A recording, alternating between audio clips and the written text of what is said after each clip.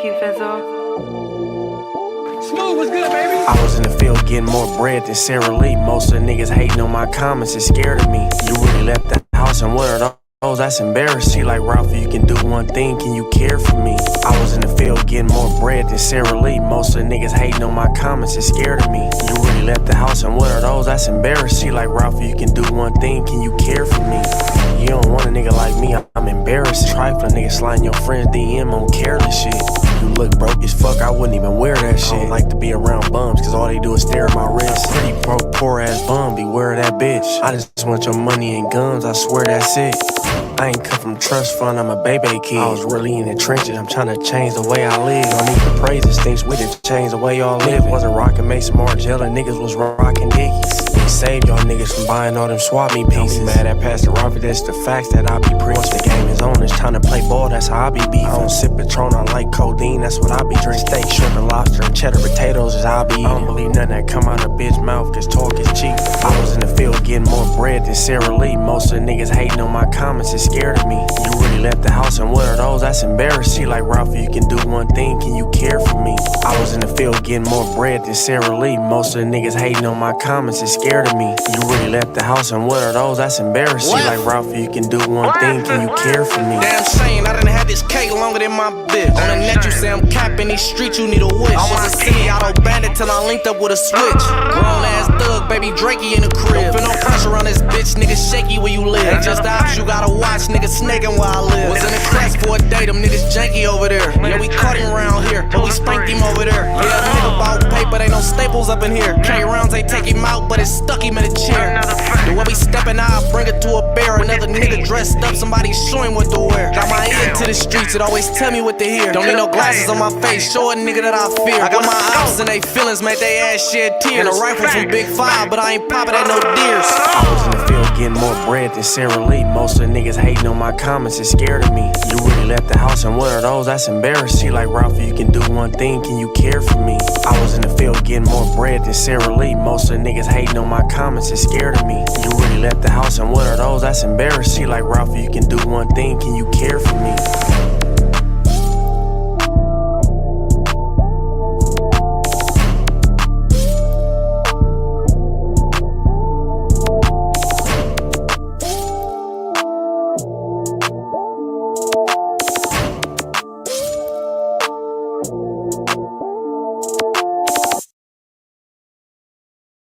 Told you I only want your money, I wasn't trying to do you shady. Kicked around, she live 8 miles. YASHAR-YA'OH. Thank you, Fizzle. Smooth, what's good, baby? Don't make me see niggas masked up like Jason. That's crazy, niggas working with the porks, I smell bacon. Bitch, pay me, but would I let you fuck, bitch, maybe? I told you I only want your money, I wasn't trying to do you shady. Don't make me see niggas masked up like Jason. That's crazy, niggas working with the porks, I smell bacon. Bitch, pay me, but would I let you fuck, bitch, maybe? I told you I only want your money, I wasn't trying to do you shady. Kicked around, she live 8 miles away, I did her shady. I like when bitches hit my phone randomly with payments. You thought I was going broke, you sadly mistaken. Thuggin' on 32nd, Naomi with gang in it. If you ever see the plug box low, some know I stay equipped. I ain't talking about the ops, cause none of them niggas taking trips. Too focused, only thing I know is stay away from the pigs. I'm from the stink tin, you can't change the way I live. A lot of these niggas don't know what patience is. A boat just landed, my plug car with a gang of trysts. A boat just landed, a 30 piece for the plainest wrist. The truth, a real nigga, most of these rappers a gang of pretenders. Tasmanian devils, I be round a gang of spinners. I'm from the stink team, bitch, you see it's a gang of winners. We're artistic in the booth to paint the picture. While your bitch got that shit on her lip, it ain't safe to kiss her. Don't make me send niggas masked up like Jason. That's crazy, niggas working with the porks, I smell bacon. Bitch, pay me, but would I let you fuck, bitch, maybe? I told you I only want your money, I wasn't trying to do you shady. Don't make me send niggas masked up like Jason. That's crazy, niggas working with the porks, I smell bacon. Bitch, pay me, but would I let you fuck, bitch, maybe? I told you I only want your money, I wasn't trying to do you shady. I remember when my nigga got taken. I slid back so I was training while she baking. Sweet be acting up, what the fuck that nigga taking? They don't know about this life, they be faking. I pray to God, but in my dreams I see Satan. I put her with a mask like Jason. Put her with a mask, I had your big homie shaking. I remember I fucked this bitch in her basement. I like walk, boy, and I need trees. Everybody hit, I feel like Chris. I tell all my little homies to go and take a risk. You niggas only been on school trips. I ain't never went to school, I was robbing shit. Tell me what you need, I got a lot of it. Me and Ralph, we gon' pull it with a lot of clips. Wanna start beef, you gon' wanna be out of it. Don't make me send niggas masked up like Jason. That's crazy, niggas working with the porks, I smell bacon. Bitch, pay me, but would I let you fuck, bitch, maybe? I told you I only want your money, I wasn't tryna do you shady. Don't make me send niggas masked up like Jason. That's crazy, niggas working with the porks, I smell bacon. Bitch, pay me, but would I let you fuck, bitch, maybe? I told you I only want your money, I wasn't tryna do you shady.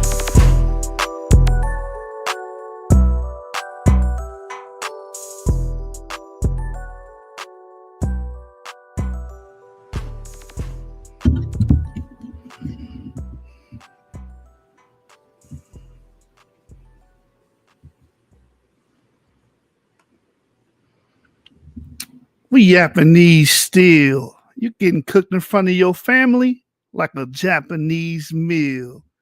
It's Yashuba Hibachi, and none of you niggas can stop me. Yo, man, we got a video for you guys to examine today. When I tell you guys that Ron Dalton embarrassed himself and embarrassed everybody that claimed to be Hebrew Israelites, man, he sat down with David Rohl. Well, he was on a video conference pretty much, or on a live stream, and he joined the live stream, and David Rohl pretty much opened the floor for questions, and the brother was not even posing any questions towards David Rohl. All he was doing was trying to spin his narrative and spew his rhetoric, bro. We got to do better, man. If you're on the stage with someone like an archaeologist or David Rohl, come on, man. At least have the decency to pose a question and try to glean something, you know what I'm saying? Get some jewels from the man. You know, the man is making a lot of claims. The man is saying that he can give evidence for Joseph. He can give evidence for the Exodus narrative, that the Egyptian chronology should be revised. And you, being a racist Black Hebrew Israelite, took that as a chance to spread your Black only doctrine. And I felt like it was embarrassing. He did academia a disservice, he did the community a disservice, and it was embarrassing. It was all around embarrassing. So you guys are going to see. It gets, just sit there when the clips disperse, but don't leave yet because the shit gets worse. Avery, any statements you want to say about this video, man, that we're about to have the all I gotta say is J1 is Ishmael. That means Abraham's J1. J1 confirmed for the Israelites. Boom, I win. Right. Well, we went over Ron Dalton's terrible book, last year. And within that book, he makes the claim that Ishmael is J1. And if Ishmael is J1, then that would mean Abraham would have to be J1, and the rest of his children and the rest of his progeny have to be downstream markers of J1. And for some reason, the light bulb hasn't clicked inside of Ron Dalton's head that IBD is a thing. DNA transmission is a thing. The only way you can get a Y chromosome marker is from a man. Yeah, Abu. It's crazy. It makes no sense. How can Jacob be E1, B1A? And not just, and then the 12 tribes. We don't even want to get, do we want to get into that, Avery, tonight? Who he thinks the 12 tribes are? Trans haplogroups. And by the way, yes, I do want to get into that tonight. Yeah. Okay, I'm gonna load his book up because he got one tribe being haplogroup H and some Israelites being haplogroup R, and it just does not work that way. This is why we have to also, my bad, I'm sorry to cut you off, but this is why we also have to tackle the topic of my true ancestry and break that down in the future as well when it comes to what it's actually saying, because people are saying, oh, we have multiple haplogroups in our DNA. No, we need to actually address that as well in the future. Right. And Ron Dalton makes claims that, haplogroups don't show you, and I've heard Teo them say this and echo this sentiment. It does not show you a line of descent, but it shows you geography pretty much. migration patterns, migratory routes. Um, that's far from the truth. You can use Y-DNA to, plot out a migratory route, but to say that it doesn't use lineage, that's exactly what Y-DNA shows you. It's passed down, unbroken chain from father to son. It changes through downstream mutations, but that's it, downstream mutations. Now you have the rare back mutation, but it's very rare. All right. My son will inherit my Y chromosome DNA, was EU290. And if it mutates along subsequent generations, it will only produce downstream clades of that. Right? That's basic science. That's genetics 101. So what Ron Dalton is teaching is a confabulation. It's I don't even know how to describe it, brother. It's a misconception. It's disinformation because I think he should know better. Claiming to be in the medical field, claiming to be an expert of DNA, and taking it seriously. I think he should know better, right? Ivory, what's your opinion on that?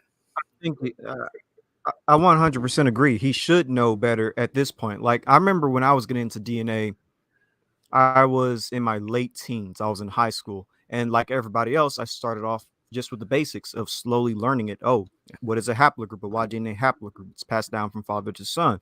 What populations typically have, let's say, E1B1A, West Central Africans? What populations that the Pygmies, what's their haplogroup? A and B markers, stuff like that. And so it's like, after a while, it becomes very, very basic, and you start learning more, and it gets easier and easier over time.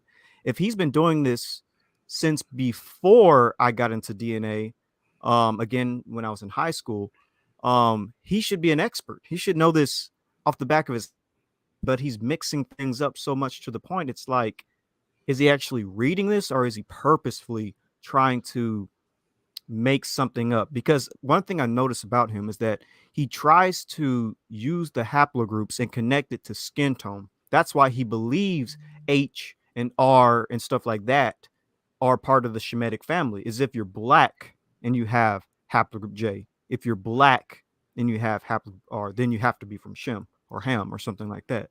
It's a skin tone thing. And I don't know why he does this. And he's been studying DNA for like decades now. And I've only been doing it for maybe less than a decade. Yeah, and he's not alone. He's not alone. Nathaniel T. Jeanson. I've lost a lot of respect for Nathaniel T. Jeanson with his latest book known as Traced. He pretty much does the same thing that Abu is saying Dalton is doing, right? He invokes skin tone. Because think about it. And Nathaniel Jeanson, in his latest book, he pretty much says everybody that he thinks has a Negro quality, like haplogroup H amongst the Dravidians, and C with the Australians. C with the Australians, A and B Paleo Africans, of course. E, we always get thrown the Hamite lineage. That's always thrown on us. So he says A, B, D, C, E. I think he even said F. He definitely said G. I know that. Yeah, he even said G. He said they were all Hamites. So, we got a scorch earth policy here and pretty much, denounce all of these pseudos and debunk all of these pseudos. Because, again, it's not a genetic argument anymore. They're trying to make it a morphology argument. And, Jeanson, you should be ashamed of yourself because you're a master geneticist. You got your master's. Didn't he study at like Harvard or something? He studied at Harvard. For him to botch the phylogenetic tree like that is just embarrassing, right? The only thing I can give him is the 3 nodes when it comes to like the mitochondrial stuff, but that's it. Like, that's all I can give him. I agree with his assessment of E1B1 being maybe the impetus for the Islamic expansion. That too, yeah. But what he wrote in the book Trace is hogwash. I'm reading this thing and I'm like disheartened. Like, I can't refer to this guy anymore. Like, this is just atrocious. All right. So I'm going to show you guys a page from this guy's work, and it's clearly Ron Dalton-esque, if you will. But he does say I and J and J2 are Japhet, albeit the only people that he plots on the Japhetic lineage is I, J1, J2. That's it. A very, very small lineage of people, considering that Japheth had more sons and grandsons compared to Shem and Ham. Right. What's going on, Sean? What Sean we got tonight? We got Shawn Michaels or Sean Hannity? I don't know whichever one y'all want me to be. Shalom to the family. What's going on, everybody? Shalom. I'm still out and about. I'm at Spectrum trying to take care of some business, but I'm in the building. All right, man. We appreciate you, brother, coming through, man. We might need both lineages tonight. We might need the Hannity side and the Shawn Michaels, chin checking motherfuckers tonight, man. We might need both sides tonight. I'm in the building, baby. I'm in the building.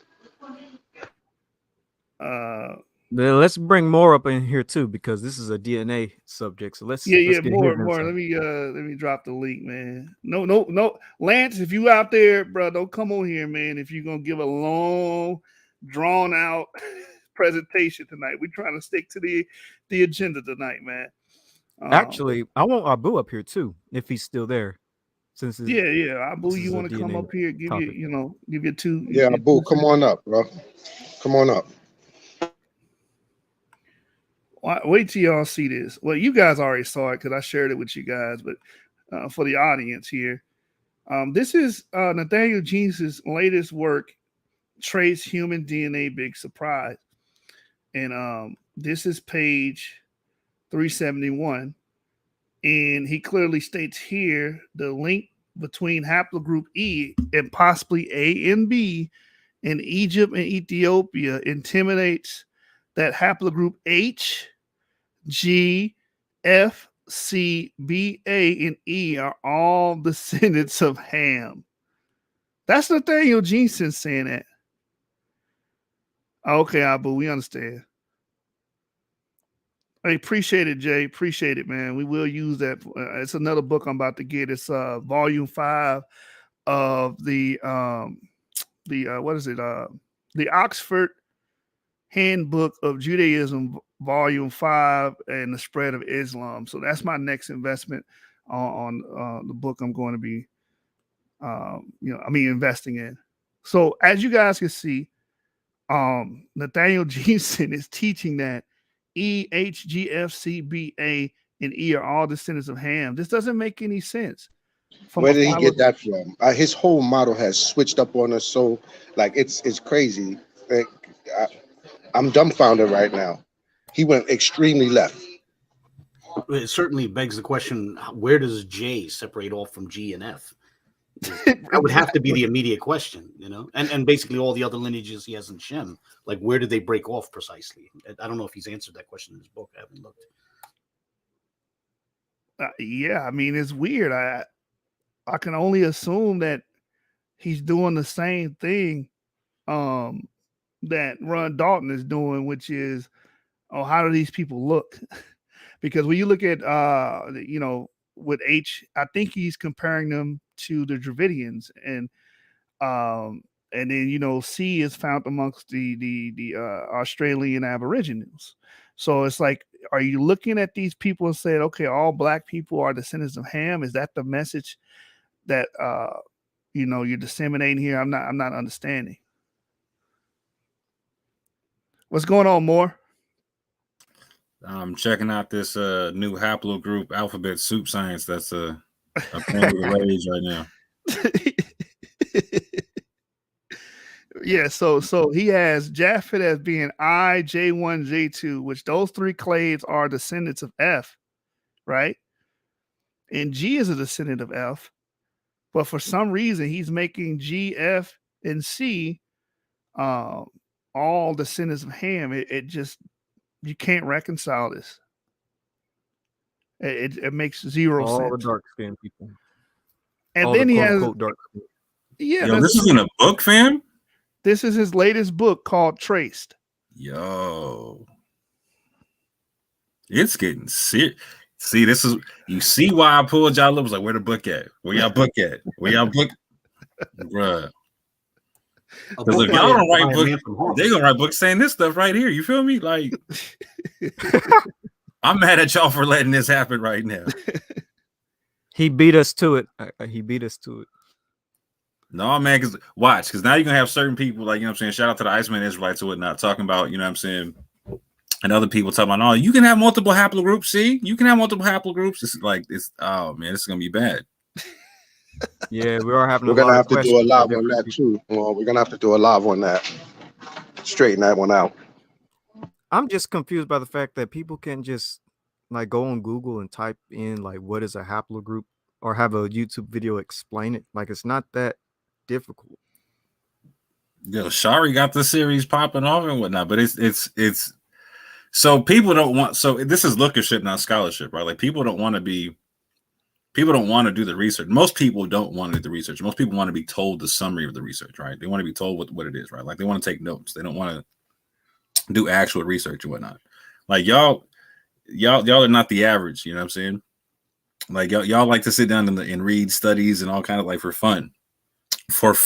You feel me? Like most people don't do that stuff for school. You know?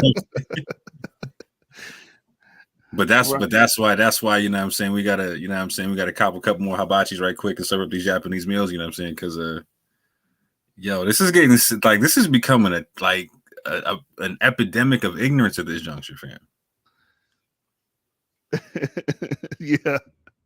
Yeah, I mean, there's no way to reconcile. It's irreconcilable at this point. Like you can't teach this. There's no way to defend this. It's just I don't even know how to explain it.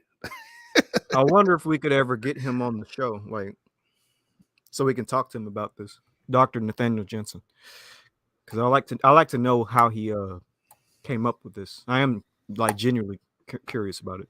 Can he even be reached? How does someone reach out to him? That's I think he might have an email. He's appeared on a couple of people's YouTube channels, like Christian channels. I have to see. I might be able to. I know he has a Facebook account. I know he has that. Hey, Avery, you want to answer this? Let's see. If you're absolutely new to DNA testing, it's rocket science. Even after you do the research, it's still... If you're absolutely new to DNA testing, it's rocket science. Even after they do the research, it's still not user-friendly info on the web. Well, I've been in it for so long. For me, I guess I'll say it's not rocket science, but I don't know. I feel like, I don't know, man. I don't know if I can fully agree with that because I was pretty young when I was learning this. I was on my own.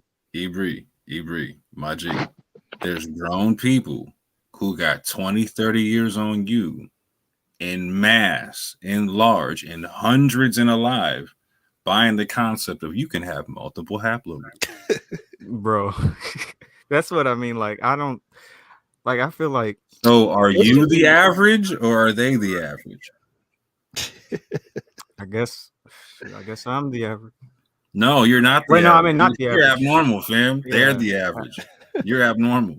Marcus Brown, you're 100% correct. I'm gonna do my best to get my young man Ebri on the ball. You know what I'm saying? Let him know that he is not the average, and that he needs to help raise the average. You know what I'm saying? He's being humble. You know how he get more. No, Ebri being dead serious because like he sits in like he swims in this stuff. He washes dishes in this stuff, fam. You know what it is, man. Like so he talks this like man. He's a young dude teaching us stuff. You know what I'm saying? Agreed. Like so that's what I'm saying. Like to him, this is like that's normal with that. No, fam, that's not normal, fam. Like you're teaching people who study stuff. You know what I'm saying? Like so that's why what y'all do is so important and whatnot. And shout out to y'all for like continually serving them Japanese meals because a lot of people don't know this information the way y'all know this information, right? And they're not trying to tie it to the biblical model like you're trying to. And so, one, like what you're showing on the screen in terms of what you were showing on the screen in terms of like the multiple haplogroup concept by Jensen and other people, like that's just crazy based upon science. But then when you try to apply it to the Bible, it becomes even more problematic because you just muddy up the thing and whatnot. Like the whole table of nations becomes super muddy. So shout out to y'all for clarifying things day after day after day after day. And Bree, just understand, for the mere fact that you got to do it day after day after day after day, just know it's not normal, fam. Like that's why it's incumbent upon those that know to raise the bar. You know what I'm saying? Yeah, I'm thinking I might have classes or something on DNA, just simple DNA terminology, like, what is a haplogroup, what is autosomal DNA. I might do that on Clubhouse so that people can kind of understand this stuff. In the next 2 weeks, I'm going to have my Table of Nations video coming out, so people can kind of understand our model. It's a journey. We're getting there. We're getting there. And I will be having that book soon as well. All right. You ready to unpack Ron Dalton? Yeah, let's hear Professor David Rohl. Oh God. Physically cringe as he talks. This is a terrible clip. I don't. It's funny, but it's cringy. I don't know. It's in that category of like a good type, like a bad good type of cringe. I don't know. Y'all see what I mean? It's like, why would you even do this? It doesn't make any sense. I mean, you get on here, interrupt this man's presentation to come in here and give your blackology that nobody asked for. I was about to say the same thing. If that isn't identity politics, I what he was spitting, it was crazy. I couldn't believe that he barged in the way he did and just spewing. And it was like, let's play it. I don't want to give it. Let's play it. No, but go into it, man. Go into it. Pulling up the clip now. I think the craziest thing overall, and I'm just going to go ahead and spoil this part, but David Rohl actually says if the Israelites are Africans, I'm fine with it. That should have ended the whole conversation, but it didn't.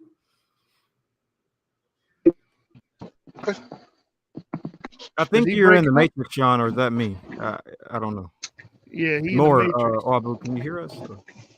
No, he in the Matrix. Okay. All right. Shalom to Rich Lucas.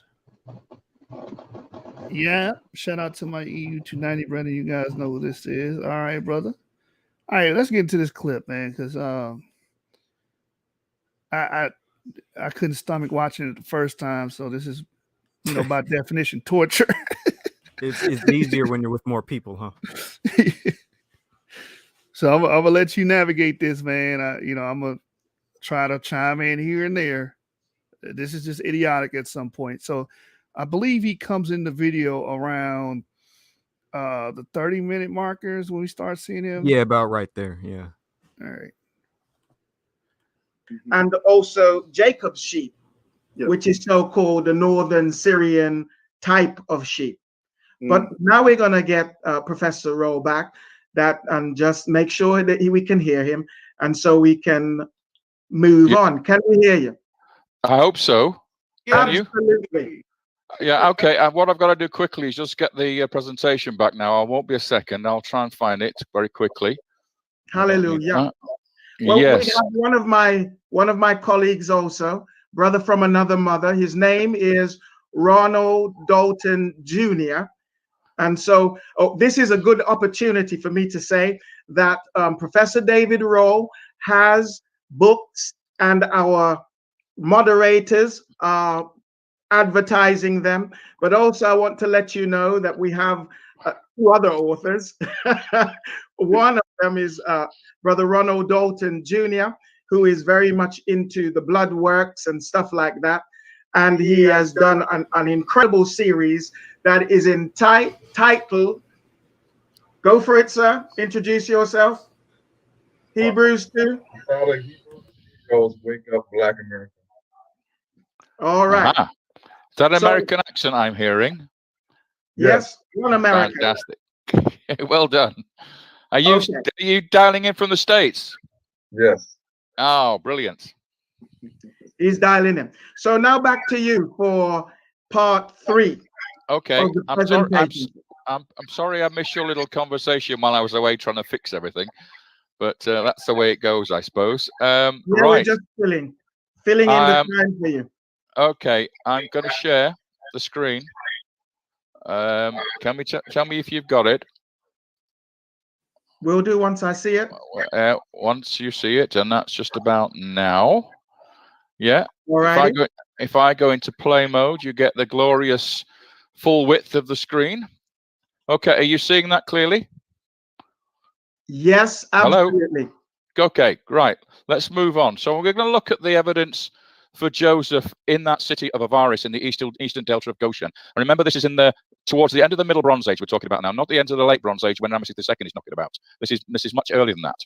Okay, so what the archaeologists found, and this is a reconstruction of it, was a palace in this location. Now, this palace is of Egyptian design, but everything we learn about this palace tells us that the person that was living in it was a Semite. He was not an Egyptian. He was a Semitic person. Okay, so that's the reconstruction. What you have, if I show you the plan, is at the front you have two identical apartments, which are mirror shaped over that blue area you've got there. And then the older part of the palace is the orange area you see at the back there with the 4 columns in the audience chamber. To the top is a storeroom. To the bottom of that chamber there is a big bedroom. And behind it to the left, we have a washroom and a cloakroom, a place where the dignitary who lived in this palace actually dressed and had audiences with people. Now, what we find about this palace is very interesting, because when we look at the residents of it, we see that there's a courtyard inside the palace, which was the original facade. Count the number of pillars you see there. You see 12 pillars. That we think is because of the 12 tribes. In other words, one represented each of the tribes, those pillars. In the back of the garden of the palace, which you see on the left there, this is a model constructed by the archaeologists. You'll notice there are a series of tombs with palm trees in front of them. Count them. There are 12 of them. And the most important one is the pyramid tomb, number 12 there. Now, that one we're going to look at in more detail. You can see it now from above. You can see where that pyramid tomb is located at the back of the garden. Now, he seems to have been the person, according to the archaeology, who lived in this palace. And it looks like the part of the palace which was extended at the front with the 2 identical suites, if you like, or houses or apartments, were probably for his 2 sons. And as you probably will know, of course, Ephraim and Manasseh were the 2 sons of Joseph. What that grave looks like when we dig into it, and you can see only the foundations here because the rest of it's been ploughed away by the Sebaki and the farmers who have literally used this material as fertilizer. So they've dug it all away, and what we're left with is just the foundations of this pyramid tomb. With at the front there, you have a chapel area on the right-hand side, and then underneath the pyramid, you have a platform, and beneath the ground, you have a mud brick chamber which was domed, but it's a rectangular chamber with a dome on it. And you'll see in the middle there, roughly slightly to the right, you'll see some objects which I'm going to show you in more detail in a second. When they dug down, the archaeologists from Austria dug down into this burial chamber, what they turned up was a few broken fragments of stone, which you can see collected there, some chippings, if you like, and then this strange thing that was located between the chapel and the burial chamber. It somehow or other, it found its way from the chapel into the area that goes down into where the tunnel was, where they entered the burial chamber of the tomb. So here you see a guy in a blue galabea in the corner of the burial chamber looking towards the chapel, and you can see that object there and the broken slabs of stone or bits of stone on the right-hand side there. That's what we're going to look at in more detail. Looking back in the other direction, you see those fragments, the large fragments of stone in the foreground. Look at the burial chamber. There's only 3 smaller pieces of the same limestone in the burial chamber. There's nothing else in there. No pottery, no grave goods, no mummy, no coffin, nothing, absolutely nothing in there. And if you look at that dark patch there, that is actually a tunnel which was dug from the chapel at the front where this object was located down into the burial chamber. And whoever did that cleaned it out. They actually took everything away, including the coffin and the body inside the coffin. Now, if you're a grave robber, you don't steal the bones of the person who's buried there. You simply rifle the tomb and carry away all the treasure. You do not take the coffin and the body with you. That only happens in special circumstances and normally with reverence. If you're removing a body and a coffin out of there, try to think of the story of Joseph and you begin to realize what's happening at this particular grave. When you piece together those objects that were found in the chapel, between the chapel and the tomb, what we have is the top half of a statue. You can see that the face has been completely smashed off. The eyes have been gouged out, and somebody's tried to hack through the head with an axe, and you can see the great chip at the top there, the crack where they tried to cut the head into 2. If we look at it in more detail, you can see that the haircut you've got there, you can see how the axe has penetrated to try and smash the skull into pieces. And notice that the paintwork on this is red-headed. You can see the red hair paintwork, and also that you have yellow to brown skin on the forehead, located just where the above the eyebrow of the statue. When we look at his shoulder, he's carrying a scepter of office, which is a throw stick, which is very similar to a boomerang, which was the traditional hunting implement in the Delta, but it also is the symbol of what we call a Western Asiatic or a Semite. In other words, it's a Semitic weapon, which is used here by this person, this dignitary, as his scepter of office, if you like. He's obviously a very, very important person. He was buried in a pyramid tomb. He lived in a great palace at the city of Avaris, and he must have therefore been a very high official of state in the Egyptian government at the time. If we look at the back shoulder of the statue, the fragments of paint that still remain can be highlighted. If you look very carefully, and I'm going to highlight them, you can see we have stripes of red, black, and white, vertical stripes, and around the collar, horizontal stripes. So this guy had a coat of many colors as well. He was actually shown in his statue wearing a coat of many colors. So he's a high official of state, a Semite, who is living in Egypt, who has got a palace in the land of Goshen, in the city where all the Israelites were located, and his tomb is left empty. Somebody entered into the tomb at some point in time and removed the body, took it away. And when you reconstruct the statue, this is how it looks. It's a traditional statue of a vizier of Egypt, a chancellor, if you like, or the second in command of the country. And you can see he's wearing a multicolored coat. So I'll come out of this now, and we'll see, we'll get some conversation going. So there we go. Can you see me? Can you hear me still? Absolutely. Right. So there you go. What are you going to make of that? Hey guys, anyone want to ask any? Now he gave his presentation. He showed evidence what could point towards to a plausible Joseph, right? Colorful garment, that he lived in a palace, that he had a high position in ancient Egypt, and the 12 pillars could represent the 12 tribes. Just listen to what Ron Dalton takes this conversation. It makes no sense. Why not speak on the things that he presented? Like, this is amazing stuff. This could be proving out the biblical narrative. And Ron Dalton makes this about blackology. Race. Any questions? Please take the mic now. I mean, I got a lot of questions I could ask. I don't know what the appropriate question would be in regards to. Is this more than one presentation? Is this part 3 or is this the first part? This is part 3. He's going through section by section, and this bit is about Joseph, but he's moving towards entering into the land of Israel, or Canaan, as it would have been then.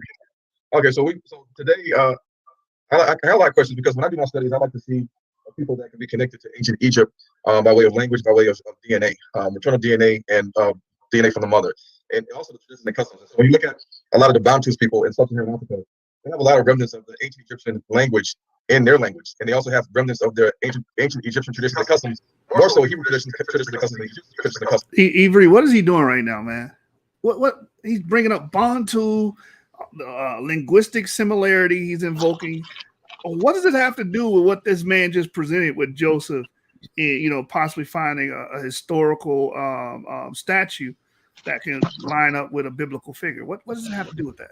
Yeah, he goes completely off subject. Yeah, hey, YASHAR, why don't you slow this part down so everybody can hear this foolishness this dude is talking? All right, let me slow it down, normal speed, and then I'm going to rewind it back. I don't get it. I don't get it, man. Yeah, he goes completely off subject. Doesn't even really mention Joseph at all, which is what Professor David Rohl was just going into. He doesn't even mention Joseph. He just goes into the genetics of Bantus and Egyptians and things of that nature. So yeah, I don't know what he was thinking. Let me rewind this footage so you guys can hear him babble. Nonsensical talk. Hey guys, anyone want to ask any questions? Please take the mic now. I mean, I got a lot of questions I could ask. I don't know what the appropriate question would be in regards to. Is this more than one presentation? Is this part 3 or is this the first part? This is part 3. He's going through section by section, and this bit is about Joseph, but he's moving towards entering into the land of Israel, or Canaan, as it would have been then. Okay, so today I have a lot of questions, because when I do my studies, I like to see people that can be connected to ancient Egypt by way of language, by way of DNA, maternal DNA, and DNA from the mother, and also the traditions and customs. And so when you look at a lot of the Bantus people in sub-Saharan Africa, they have a lot of remnants of the ancient Egyptian language in their language, and they also have remnants of their ancient Egyptian traditions and customs, more so Hebrew traditions and customs than Egyptian traditions and customs. But when you look at the DNA of the people, the Bantus people in sub-Saharan Africa, what you'll see is that they have evidence of mixing with the Egyptians of old, the Cushites of old, and even the Canaanites of old. And so, if you're a true Israelite, if you spend 400 years or hundreds of years in Egypt as Israelites amongst the Egyptians, and of course, the Bible says that Moses and the Israelites left a mixed multitude. You know that Joseph married the daughter of Potiphar, the priest of On, or Heliopas. And if you look at Ephraim and Manasseh, they had an Egyptian mother. You look at King Solomon had an Egyptian wife, and we're pretty sure that a lot of other Israelite men had Egyptian wives, and vice versa, like Egyptian men having Israelite wives. And we should see this in the DNA studies of people that are claiming to be the Jews today of the Bible. And one of the things that I specialize in is studying the DNA from the father and the mother. And what we'll see is that the Bantus people have more of a connection to any type of Semitic, Hamitic genetic mixing that proves that they were actually the people that were in Egypt during the time before the Exodus. And then when they went into Israel when they came back, they still kept this. So if the modern day European Jews do not have any evidence of any Hamitic maternal DNA from the mother, then how could they claim to be the original Israelites of the Bible if they don't have any maternal DNA that connects themselves to having any type of maternal ancestry from Cush, Canaan, or Mitzrayim or Egypt? But So I haven't mentioned DNA because we don't have any DNA. We have a statue and a palace. What DNA do you want? Well, you can dig up the bones in Egypt, and you can also, when you go to the tombs of Egypt, you can't listen. You can't get DNA from ground-soaked soil. No, the northeastern delta, the bones are petrified. They're not preserved. Okay. One at a time. David, you can go, a lot of the mummies that have hair, even though the skin may be mummified, you have the petrous portion of the bone. It's a known fact. There's no fact that geneticists, they go into the petrous portion of the bone inside the inner ear, and they can extract DNA and do genetic studies. And with the genetics, Ron, wait a minute. Wait a minute. That you're talking about mummies from the desert, from Upper Egypt, from the Valley of the Kings, from Thebes, from Fayum. You're talking about material that's not the same as this, from a much different period. This is the Middle Bronze Age. It's the Eastern Delta.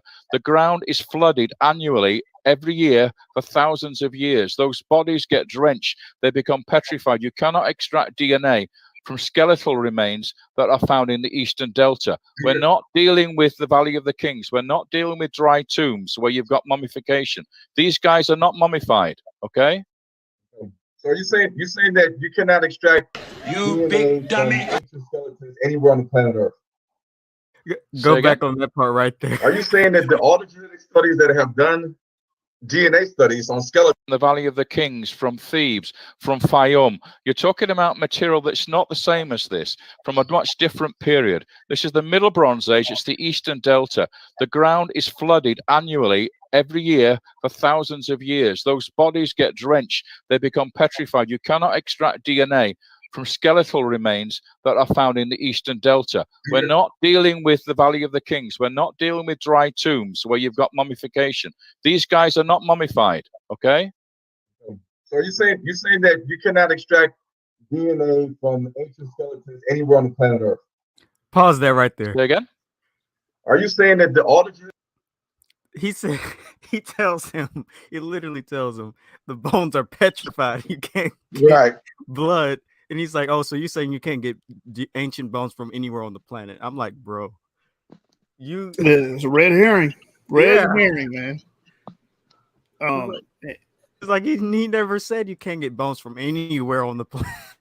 Yeah, he was dealing with those bones in the Delta dating to the Middle Bronze Age because those places deal with inundations, right? A lot of flooding, right? So those bones have been petrified. You can't really get DNA if you find bones there. This is very simple, basic stuff. But Ron Dalton is trying to make a fight out of this because he's stuck on black Remind people what petrified means, by the way. By the way, can you remind what the people with petrified mean? The bones are petrified, which means that just get the definition. They turn to stone, basically. Yeah, pretty much.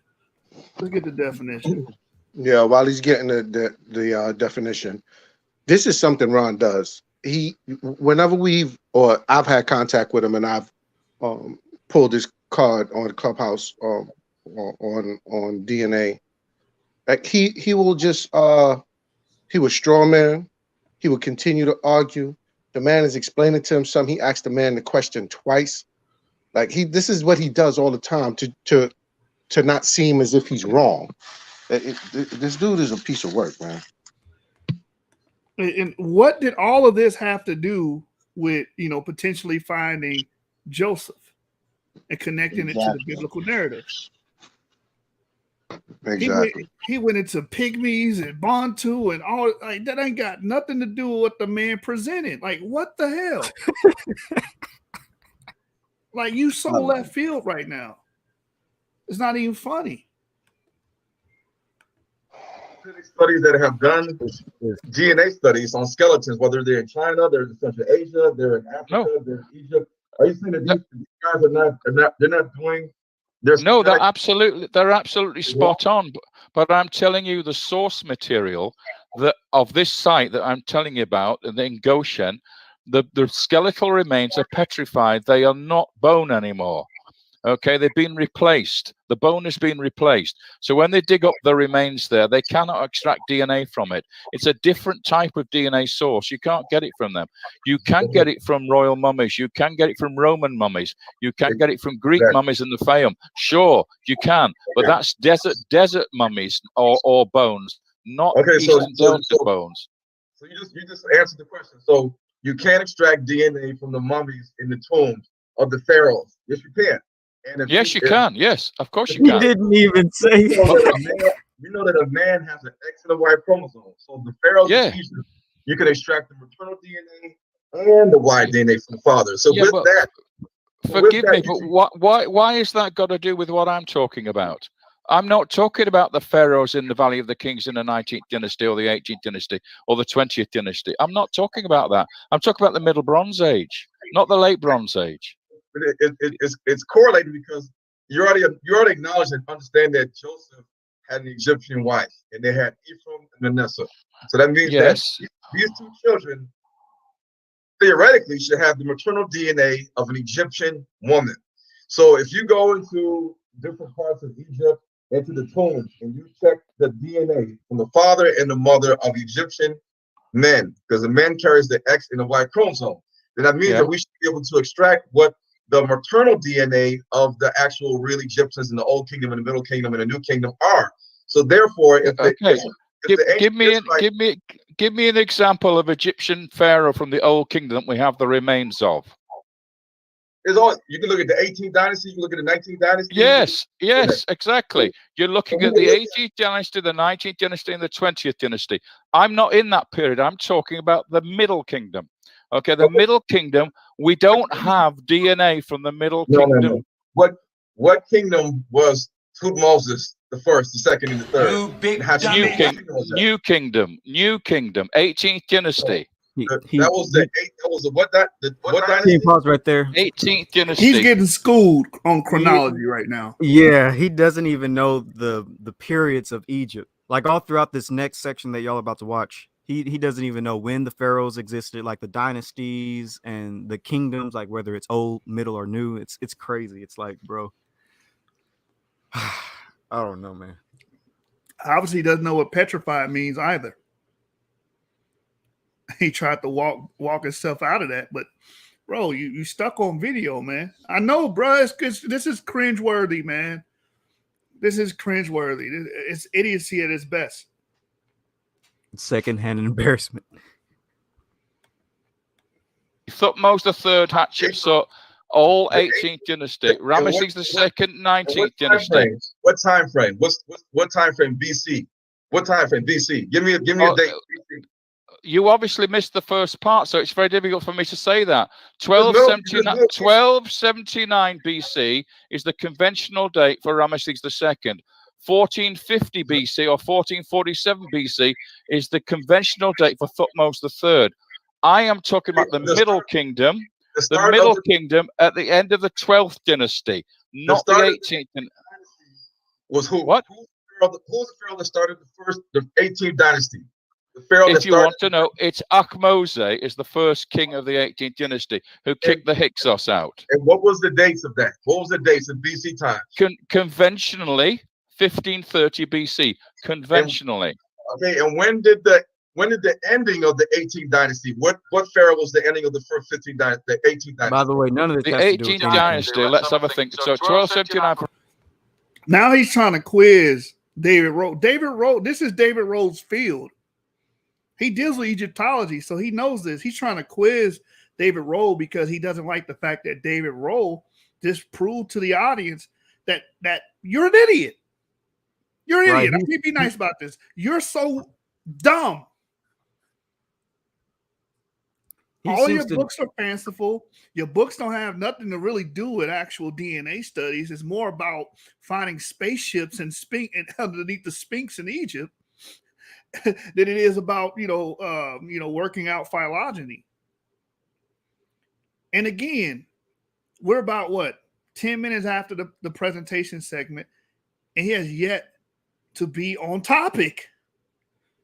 If this is anybody else, they're excited to hear more about the evidence for Joseph. But no, not Ron Dalton. Everything has to be about race and skin color and black this, blackity black that. And you're getting beat up on this information. You don't know the difference between the old kingdom and the middle kingdom and the new kingdom. You obviously don't know the difference in that. You don't know the difference between the Delta, right? Like this is just embarrassing, man. Sad. I notice he typically does this. He asks people questions when they start beating him. He did that with you in the debate on Clubhouse. He was asking you a lot about genetic terminology and stuff like that. So that's why he's asking all those questions. He's trying to find trying to find something to make him lose, I guess. But which is stupid because that's called pettifogging. Like none of that stuff matters. Like he started, what's the language of the Mendika people? Bro, I don't know. That ain't got nothing to do with the topic. Oh, he doesn't even know the languages. I can give you the language families. Bro, that don't have anything to do with what we're talking about. That's exactly what he's doing with David Rohl. We don't have to be scholastic here. This is grade A bullshitting. Okay? That's what this is. Bullshitting. Come on, man. Like you said, just like his books. Nobody buy any more of them damn books, yo. Please. Or movies. The Marvel comic books he got. Hanna-Barbera cartoon books he got. Second, 11 years before that for Seti the first, 1 year before that, 12 before about 1300, around 1300.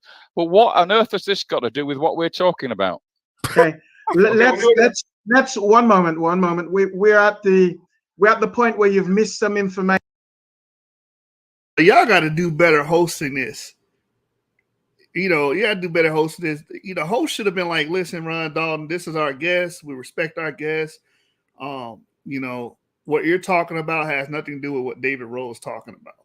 So let's just try to stay on topic and, present questions that match the, at least the presentation that the man's bringing up. Because it's fantastic stuff, man. It's stuff that can back the biblical narrative. It can back the Exodus. He's talking about the chronology, revising the chronology. It's things that we should learn from. And you're trying to give this guy an onslaught of BHI nonsense. With all due respect, so that the people hosting the show have to know that Ron Dalton's being full of BS right now. You know what I'm saying? Like, so they hear the conversation going on, but understand how my man got introduced. Like Dr. Trevor was introducing Ron Dalton like he was like this big to do guy on DNA, etc. You know what I'm saying? So he's like deferring. Like if you rewind, you can see him actually watching the back and forth like it's a tennis match. Like he's trying to figure out what the heck's going on. You know what I'm saying? Like, so I don't know that he knows how to. Like, this is what I was saying earlier about like there's the Ebri about like, you know what I'm saying? Like just because like everyone on the panel is familiar with what's going on doesn't mean everyone on that panel is familiar. Like, so we're not necessarily the average when it comes to this conversation. Like me and Anonymous debate the activists, right? Y'all debate DNA and whatnot, right? You know what I'm saying? Not everybody does that. You know what I'm saying? So like, they might just hear pharaohs being thrown around and dynasties being thrown around and don't recognize that Dave Rohl is taking my man to literally giving him a free clinic right now. Literally, just let me just teach you all of Egyptian history real quick in chronological order. Blah, blah. Yo, this is embarrassing right now. Sad. Run, and that's what's causing the variance. What David has already done is he's laid the foundation that conventional archaeology has said that there is a time period that they put things in, which, and correct me if I'm wrong, which is around Ramesses II, but that the redirected or revision, that's the word, the revision of the timeline means that it's actually should have been 300 years earlier. Is that correct, David? Approximately. What I'm saying is, for Ron's benefit, that Ramesses II is not the Pharaoh of the Exodus. You've watched too many Cecil B. DeMille movies. Okay, Ramesses II has nothing. I didn't say Ramesses II, rather, no, but you're talking about the 19th dynasty and the 18th dynasty. Okay, what I'm saying is the Exodus took place in the 13th dynasty. Joseph arrived in Egypt at the end of the 12th dynasty. Okay, so this material I'm showing you now doesn't belong to the New Kingdom. It belongs to the Middle Kingdom, what's called the Middle Bronze Age, not the Late Bronze Age. So the material that I'm showing you in the Eastern Delta, you don't have any DNA material for that era because we don't have the bodies of the kings for that period. We have the bodies of the kings from the 18th, 19th, and 20th dynasty. We don't have DNA for this era, especially in the Eastern Delta, because of the annual flood of the Nile, which caused the burials to get saturated.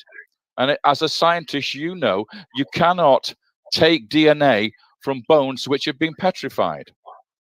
So are you Right. is this Because that right safe there to is say true. that Did he was just call Ramses the third or Ramses the second or second Achdei, were they Did he just call him a Were they what? scientist? were they authentic Egyptians or were they Semites? That isn't what we're talking about today. Exactly. We're not We're talking seeking about to those go through the characters. journey. We're seeking to go through the journey of the children of Israel from outside of Egypt into Egypt, through the time period that they were in Egypt, and back out again into the land of Canaan. Now, Right. we've established that Joseph, what was it? It was that they found an empty tomb. Well, that's They in fo- line with what the Bible says, which is Yeah. that they took his bones back to Canaan. We also established that he had on the person that was found in a Western Semitic compound, and Yes. that they had on a cloak of many colors with a throw stick over it, Yes. which was The statue had on, not the That's body, right. the statue. Yes. the statue. Yeah. So from there, you said it was an Austrian that found this. It was the Austrian Institute of Archaeology in Austria, in Vienna, which did the excavations in this area at Avaris. Yes. The main thing I wanted to ask David, and Joseph, I'm gonna let you do it after. So the main thing I posed the question to David. If you're familiar with the Bible story, right, of the Israelites that went into Egypt during the famine, Joseph and his brothers, and so yes. How many daughters Isn't that did what Jacob he's talking have? about? Hell nah. Daughters Isn't did that what he's Jacob talking have? about? Yeah. Okay, I think there is at least 3 that I know of. Okay. Okay, but again. Okay, well let me just get you where I'm going. So is this a quiz or what? No. What's this? No, How I many feel so points do bad I for get for David, giving you a bro. correct answer? So Why are you redirecting what we're trying to do to somewhere else? It's gonna add to Straw what man. We're gonna have to hold it, Ron. Hold it for now. Joseph has one question. Joseph has a question. Yeah. Joseph has a question. Let's go to Joseph. Okay. This I have 2 questions about the actual statue itself. Yeah. 2 things going on. Number one, which I found quite assuming, the imagery at the end, because it was a reconstruction of the statue. First of all, the face is hacked off for some reason. Yes. Which seems Why? to be and that's my question. And then that's very good. in Egypt, Yeah. I'm aware that they were fond of wearing wigs. Wigs. Is that true? That is true for hygiene purposes. But if you look at, for instance, of the mummy of Queen Tia, the wife of Amenhotep III, and Ron will know about this one, she has marvelous long hair, really long hair. So it's not always the case, okay? But yes, but the question, you're quite right. Could that be a wig rather than a natural hair? That is entirely possible.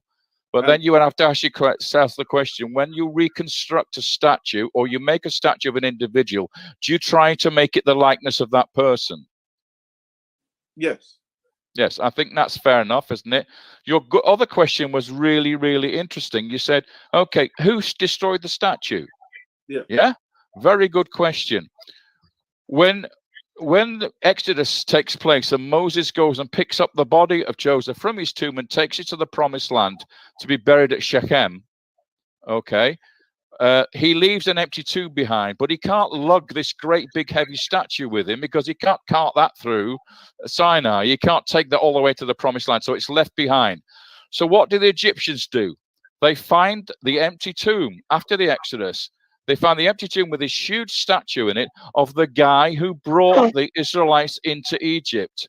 And what they're going to do, they're going to say, well, this was the guy who caused us all our troubles. This is the guy who brought these people into Egypt and caused this destruction that destroyed our army and that destroyed our whole country with these plagues. So they smash it to pieces. That's all they've got left. They can't take a revenge out on a body that's not there anymore. So they smash the statue after the Exodus. Okay, now make sense? Yes, yeah, I'm gonna put that to one side. Right. Ask a similar question about the Sphinx, because we see the Sphinx, for instance, the nose of the Sphinx. Yeah. And I have done a little bit of research, and I've read Ivan van Sertima. I'm sure you've heard of him. Yeah. And claims that he went to the British Museum and was let in behind the scenes. And the nose of the Sphinx was actually Negroid in feature. And this is being kept at the back. So who's this guy, by the way? Ivan van Sertima. Okay, but as far as I'm aware, that what remains of the Sphinx in the British Museum is the beard. The nose was shot off by Napoleon's people. Yeah. So what fragments were recovered, I don't know, and I wouldn't have an argument with that anyway. I wouldn't have an argument with you on that, because we're talking about the Old Kingdom. We're talking about the 4th dynasty, and in fact, I would suggest to you that the Sphinx is much older than the pyramids anyway. I believe it's probably 1st dynasty, if not earlier. Okay, it doesn't actually belong to the 4th dynasty, because we have a text which says that Khufu of the Great Pyramid actually repaired the Sphinx. So it can't belong to Khafre, his son. He can't have been the one who carved the Sphinx. It must be older than the pyramids. Okay, so coming back finally to that question, do we have specific on the era when the face was hacked off of that particular statue, or of the Sphinx? Not of the Sphinx. Of the so-called Joseph statue. Should we call it that for the moment? Yes. Well, you can't. What happens is that the statue is destroyed before the pyramid is demolished. Okay. So you've got, because it's buried inside the pyramid destruction. Okay. So it's after the body is removed, and it's before the pyramid is destroyed. Now, the pyramid was flattened and destroyed well before the beginning of the New Kingdom.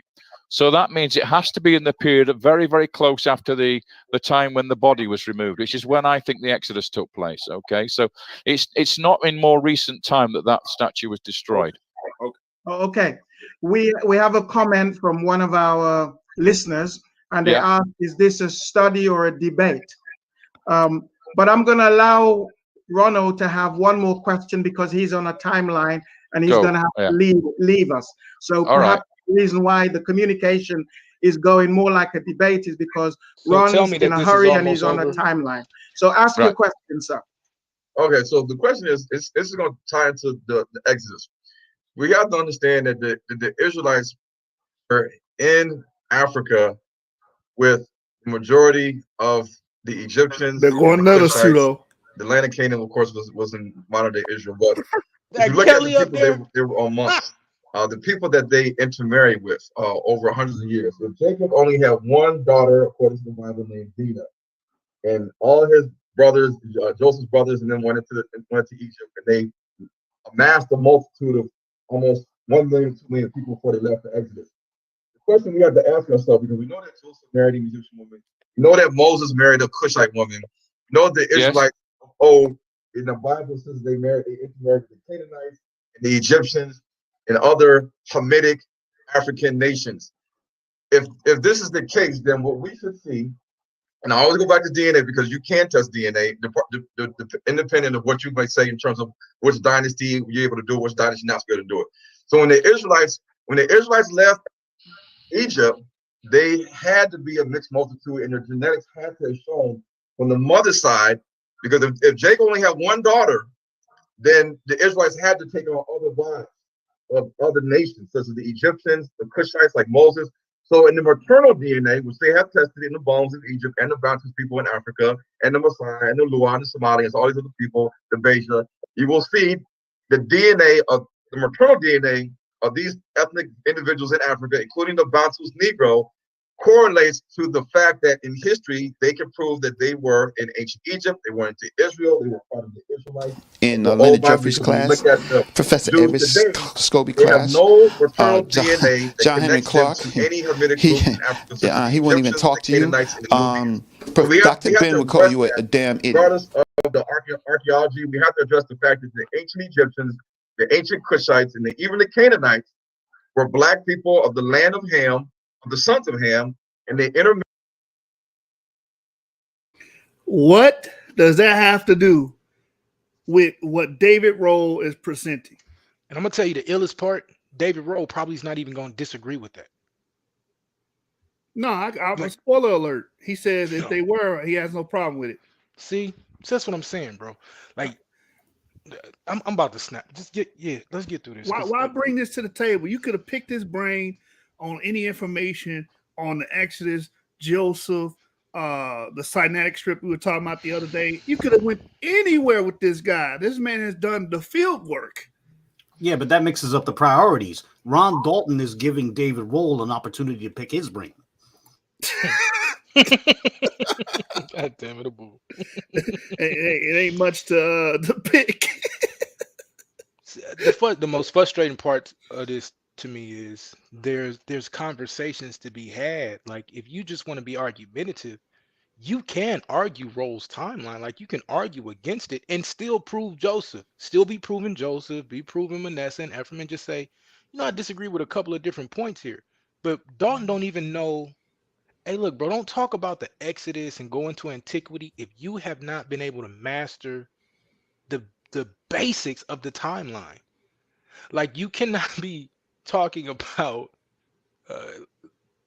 acting like you know what you're doing, and then Roll is breaking down all of the dynasties. He's going from Ramesses to Thutmose to he's even damn near giving you a full Kings list. Yeah, like he's giving you, and he's telling you the players on the field. That's the crazy part. Like, he's telling you, he's helping you learn the people that are involved with the Exodus. Now I'm gonna tell you the only play, like, if he would have been listening, what he should have did was say, okay, really, Roll has a problem with Exodus chapter 1, right? Identifying how much time passes between the death of Joseph and the birth of Moses, right? This is really the argument a lot of times when you're dealing with Roll's argument. And he doesn't even know how to tap into this and come into it and have a conversation. It's frustrating, bro. It's like But why even come on and have that beef though, right? Like, if your man is trying to move, like, he's like, the conventional goalposts is people think that it happened at this time. We need to be thinking like way farther down the line. Right. Why even have the beef? Right. It's no beef then for me. I'm like, I agree with you 100%. Right. As soon as I hear it, I'm like, that's right. Right.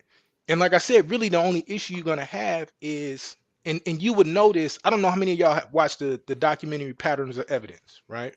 Great documentary. Yeah. It's an amazing documentary, right? And this is where Roll is first really starting to postulate his theory on this, right? This is when he's really starting to really, he's doing these papers, he's really going in on it, and everybody's calling him a quack and all of this, right? But when you start to study it, most of what he's saying is right and exact.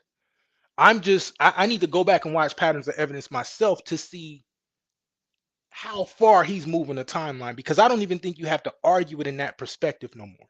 That's just my thought. I don't think we even have to argue that the timeline is off. We have to argue that people are putting the Exodus in the wrong place, right? Because all the archaeology and everything lines up with 18th dynasty, right there with Thutmose III and Amenhotep II. So Anan, you never seen this interview with Yo, David what Knox up, before? Sluff? And this is from March of 2021. Yeah, never and seen it's this. crazy because I was Never seen saying this. as we was reviewing it, and I guess there's other parts to it as well that I said, yo, Anan is gonna love this when he hears this.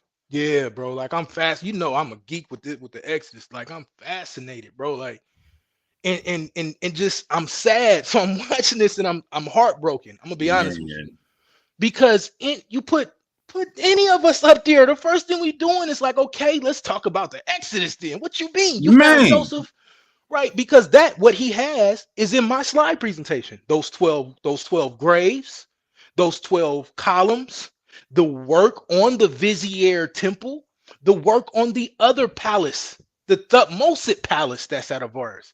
Like nobody's going to the material culture. This man is showing you Levant houses in this area. Like, and the only thing you can start to talk about is what color these people were.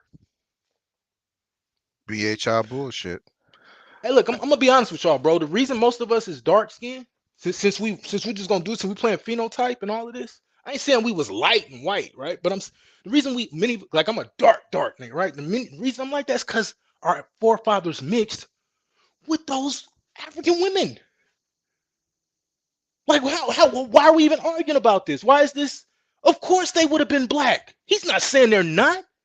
He don't give a damn about what they look like. He trying to prove the Exodus. Exactly. That's what we Nigga, we so caught up in phenotype rhetoric that we don't even see when somebody is trying to help.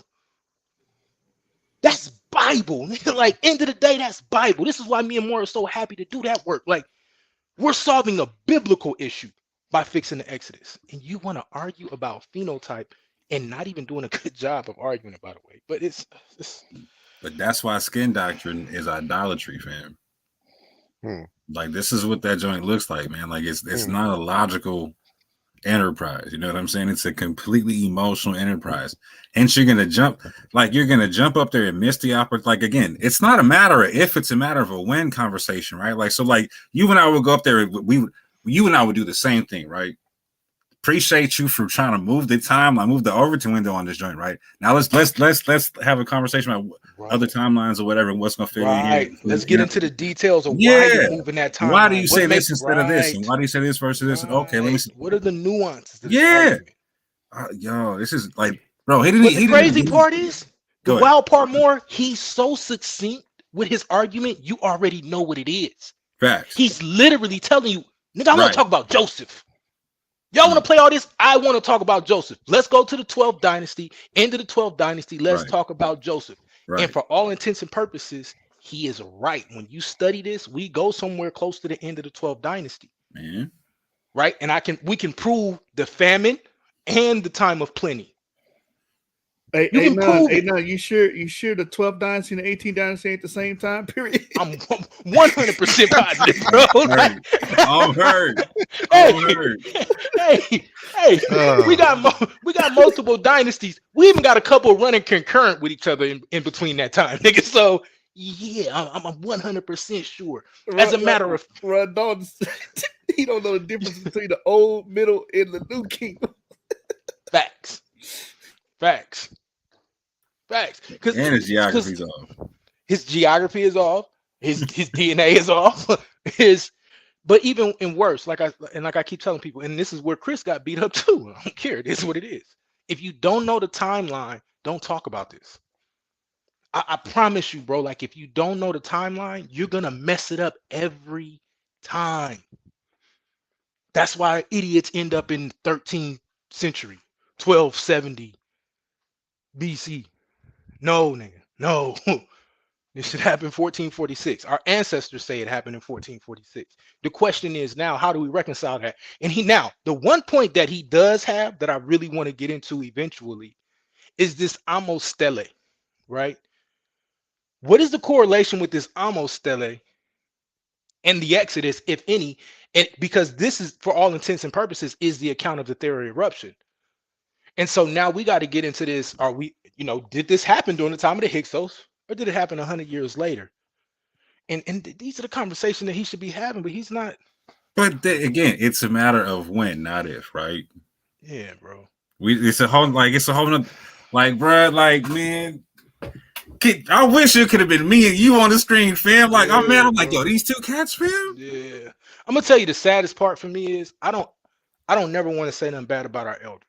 I'm gonna keep it a buck. Like I don't like being in this space where I got to say something bad about an elder who, and I recognize he's written a bunch of books. He's been on the battlefield way longer than me. He was an Israelite before I even knew who I was. All of the accolades I give him, but that's ridiculous, bro. I can't stand behind that. Like, especially when we talk about academia, like Rohl is an academic. If you go in there and have that conversation correctly, oh my God, man. Like, we on a whole nother playing field at this point, because now we exchanging information. And now from there, now we start to go and start talking to the architects. Hey, look, bro, it's bigger than y'all bullshit.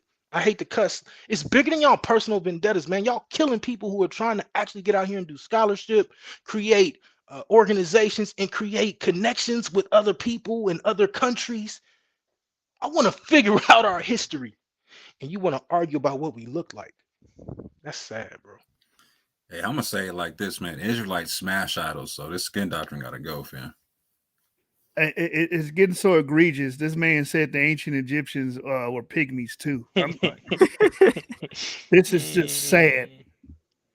Or you starting to make the ancient Egyptians into pygmies just to fit this blackety black vision that you have of the ancient world. Like, stop it, man. And that point that somebody made earlier about him trying to compare these DNA to the Dravidians, or Dravidians, I'm sorry.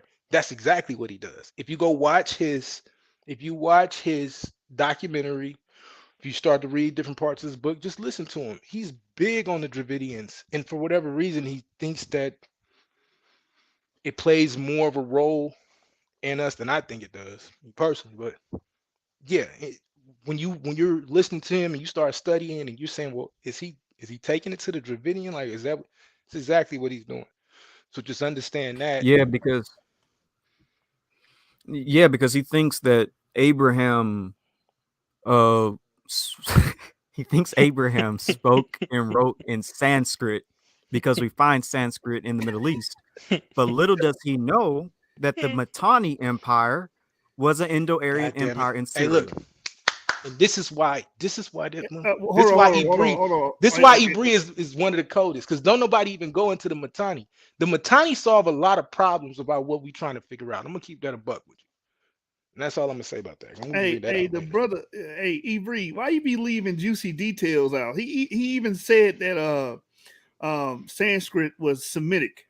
Right, that too. He did say that as well. Hey, shut up. Even though Sanskrit's Indo-European, but that's Indo-European, dude. I don't believe nothing y'all saying right now. By the way, I'm calling you a liar, bro. I'm calling you a bold idiot. When you really think about it, Ron Dalton is actually making Abraham a Hurrian, because most of the population in Mitanni were Hurrians. And then he says Ishmael. I knew it. Hey, and we call this Lex Vortex doctrine. I beat this up 3 years ago, maybe 4 now. It's exactly what he head to the mountain. Yeah, that's that head for the mountains doctrine, bro. I'm telling you. Man, you already know what his connection to the Dravidians are, right? Skin tone. They black. Yep. The people in Fiji, they Israelites because they black, right? The Australia Aboriginals, they black, they Israelites. The Eskimos, black, Israelites. It has nothing to do with genetics. It has nothing to do with anthropology, archaeology, or research. This man is just going around because he told me on Clubhouse that when the scriptures say that Judah was scattered abroad, that's talking about everybody that had melanin in their skin. Wait, No, what? man. You're not just gonna walk by that. Stop. Yeah, no, you Stop. unpack You don't that. get to speed through that. What? Brother, that's what this man is teaching. Explain. No, I don't even understand that. He said the only way that the scripture could prove itself out to be real prophecy when it says Judah was scattered or Israel was scattered abroad is that it has to be just talking about the melanated people that's across the planet. So that's Negritos, people of Fiji, some Southeast Asians, Dravidians. How, Sway? Well, the how is they black. That's many of these people was in these places before we was even thought about. Nigga, what are we talking about, bro? I like, know. I'm sorry. Like, what do you mean? What are we doing?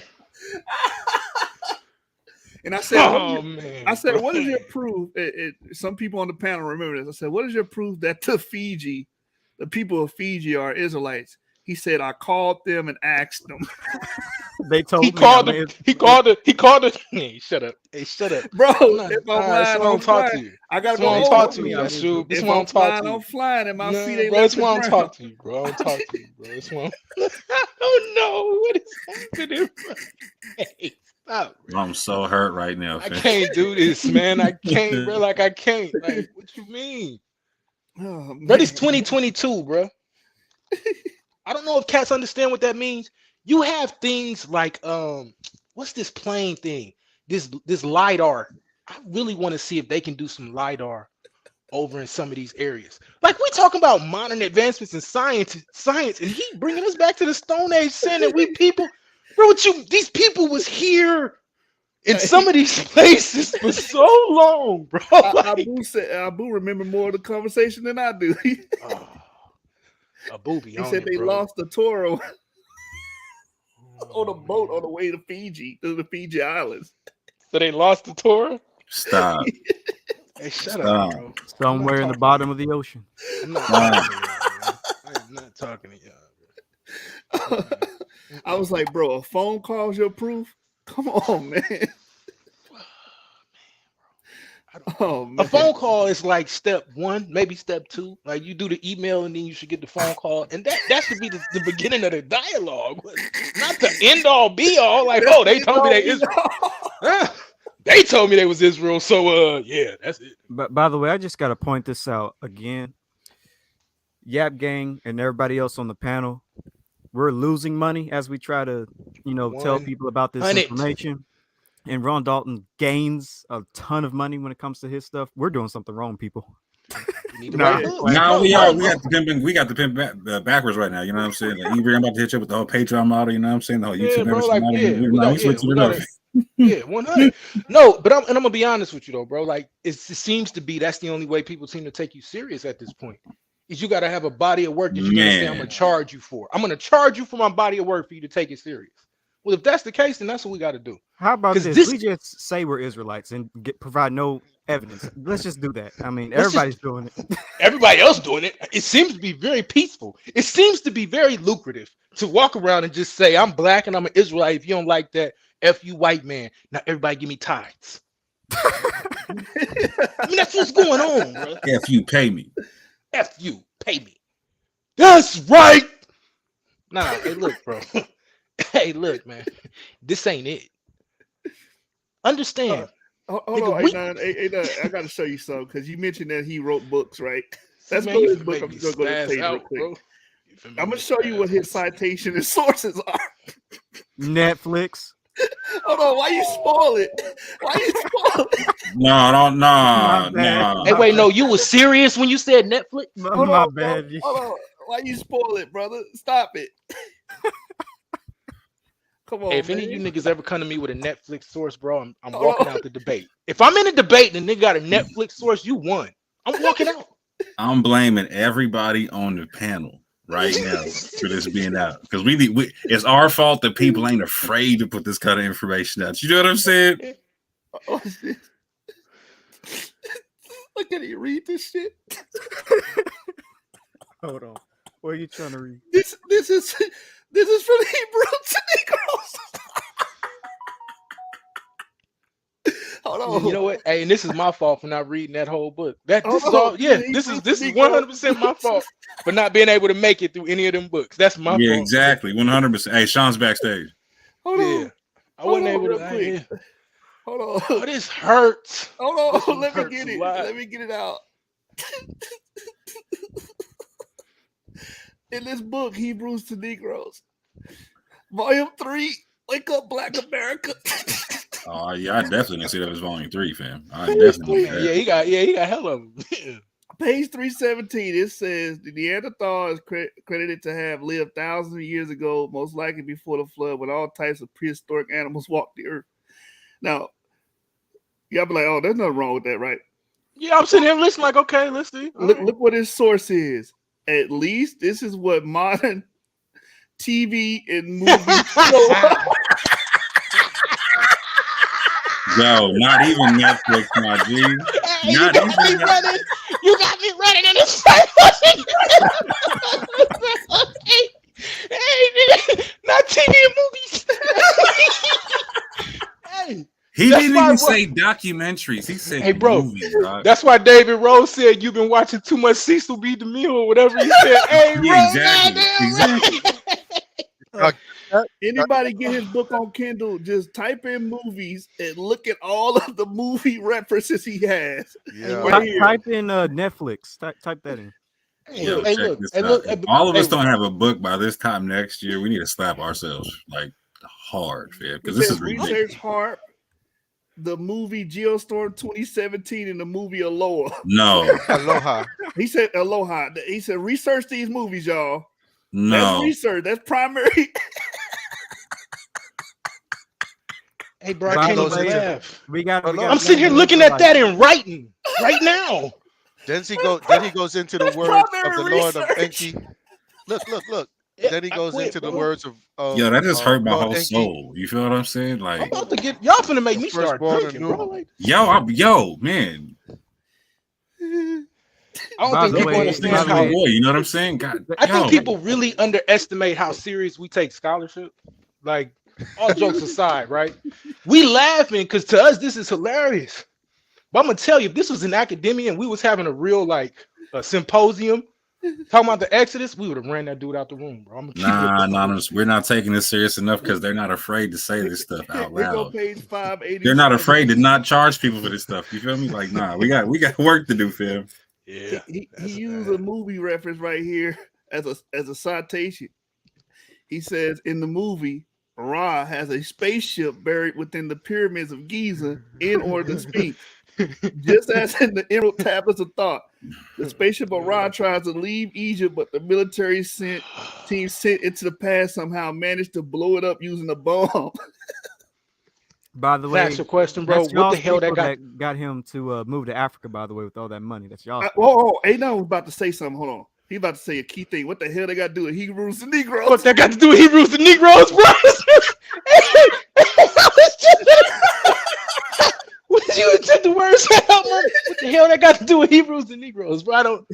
It's all type of esoteric occult stuff in this book. He talks about a time machine that's hidden in ancient Egypt, like a spaceship underneath the Sphinx. Like it's all type of weird stuff. And then he says, "Oh well, according to this movie, Stargate."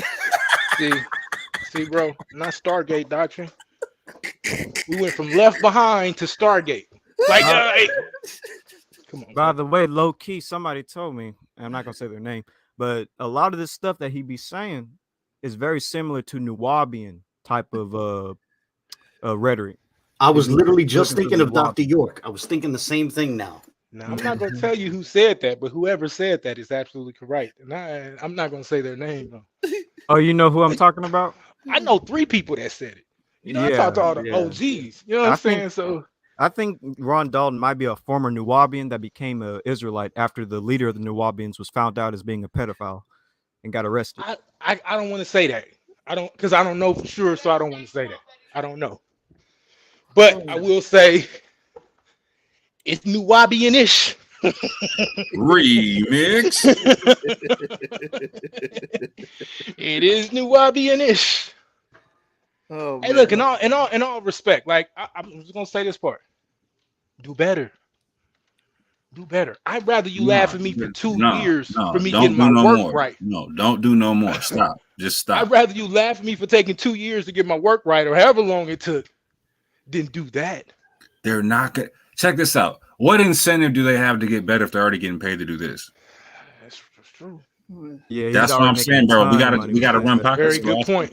That is a very good point. We gotta go run pockets, fam. Just is what Damn, it that is. is very good. Hold on. What Nothing. are you saying about Sanskrit right there? Hold on. What's that about Sanskrit? So the brothers that might think we making stuff up and we just pick it on them. I knew he was gonna say Aramaic. Oh no.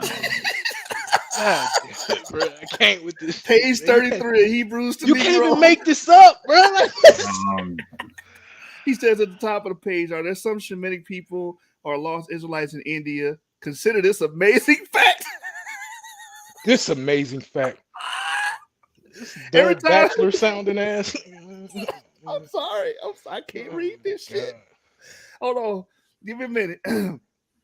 Let me skip to this part right here, the bottom paragraph. Today, the people living in Kerala, India, mostly speak Malayalam, which has Assyrian, Aramaic, and Hebrew. Influences mixed with Sanskrit or Tamil, which is also Semitic. Hold on. In nature. It doesn't He's even. saying, Hey, look, hold on, come out. What does it mean in nature? See, this is what I'm saying. Like this type of nonsense, bro. Like either he quoted that from somebody in nature. He So the said nature of Sanskrit is Semitic. What is the nature of a language? First off, and if you're like, you know what, I'm gonna stop. Like, bro, stop. By the way, you people out there with him in Africa, don't drink the Kool-Aid. Whatever you Don't do, drink don't the drink the Kool-Aid. Kool-Aid. Hey, What part of Africa are you in? He's in, I think, South Africa or something. for all my people in Africa, I'm not with your boy. We're like, Hey, I'm gonna keep it a buck, we're bro. not part Like, of the same thing. I'm gonna keep it a buck. Because of that, that's the main reason we got to start getting busy here and getting busy over there. I'm not gonna let cats take this information around the world and beat us to it. No, because now I got to come there and undo what you did. We need to be striking first. Internet is an amazing tool. We need to be reaching out to people over there and starting to get this right. You are not gonna run from South Africa all the way around the damn up to the west, telling these motherfuckers. That page is incredible. As someone who has an amateur interest in Knew languages, Abu was sitting here reading this quietly. I was. I knew it, bro. I knew Here's it. my thought: if you can make Malayalam a Semitic language, by that logic, you could make Yiddish a Semitic language. And here's what I mean by that: Yiddish speakers, because they practice Judaism and have a Hebrew and Aramaic liturgy, will have a little bit of Hebrew and Aramaic in their language, the loan words that they borrow from their liturgy. It's the same thing with these Syriac Christians in India. They have a Syriac liturgy because they're essentially Syrian Orthodox Christians. So that's where they get these Aramaic terms. They're loan words from Syriac because of their liturgy. So the argument to make Malayalam Semitic could be used just as easily to make Yiddish Semitic or English, Semitic. I can't resist. So based upon that, is there more Hebrew loan words in Yiddish or in the Iwe language? Rudy Heinrich brought that up. Honestly, I mean, I hadn't thought about it before Rudy brought that up, but honestly, I think there's going to be more Hebrew loan words in Yiddish than there is in Eve or Evegbe, as they say. I have, but of course, I'm willing to discuss it with proponents of the view that Evegbe is. I mean, I would agree with you on that. I want to look into just all of the Bantu expansion. Like when we start going to the Bantu expansion and study the loan words, even in that. And I'm gonna tell all y'all, don't just come in here thinking you can say because they're loan words. And this is really what Abu is saying, right? Just because you see loan words in a culture, it doesn't mean that they were technically like those people. Like that's not a smoking gun, right? It shows some type of, like he was saying, liturgy or some type of connection in a different cultural way. But it doesn't necessarily mean, oh, well, these are your people because they have loan words. No, man.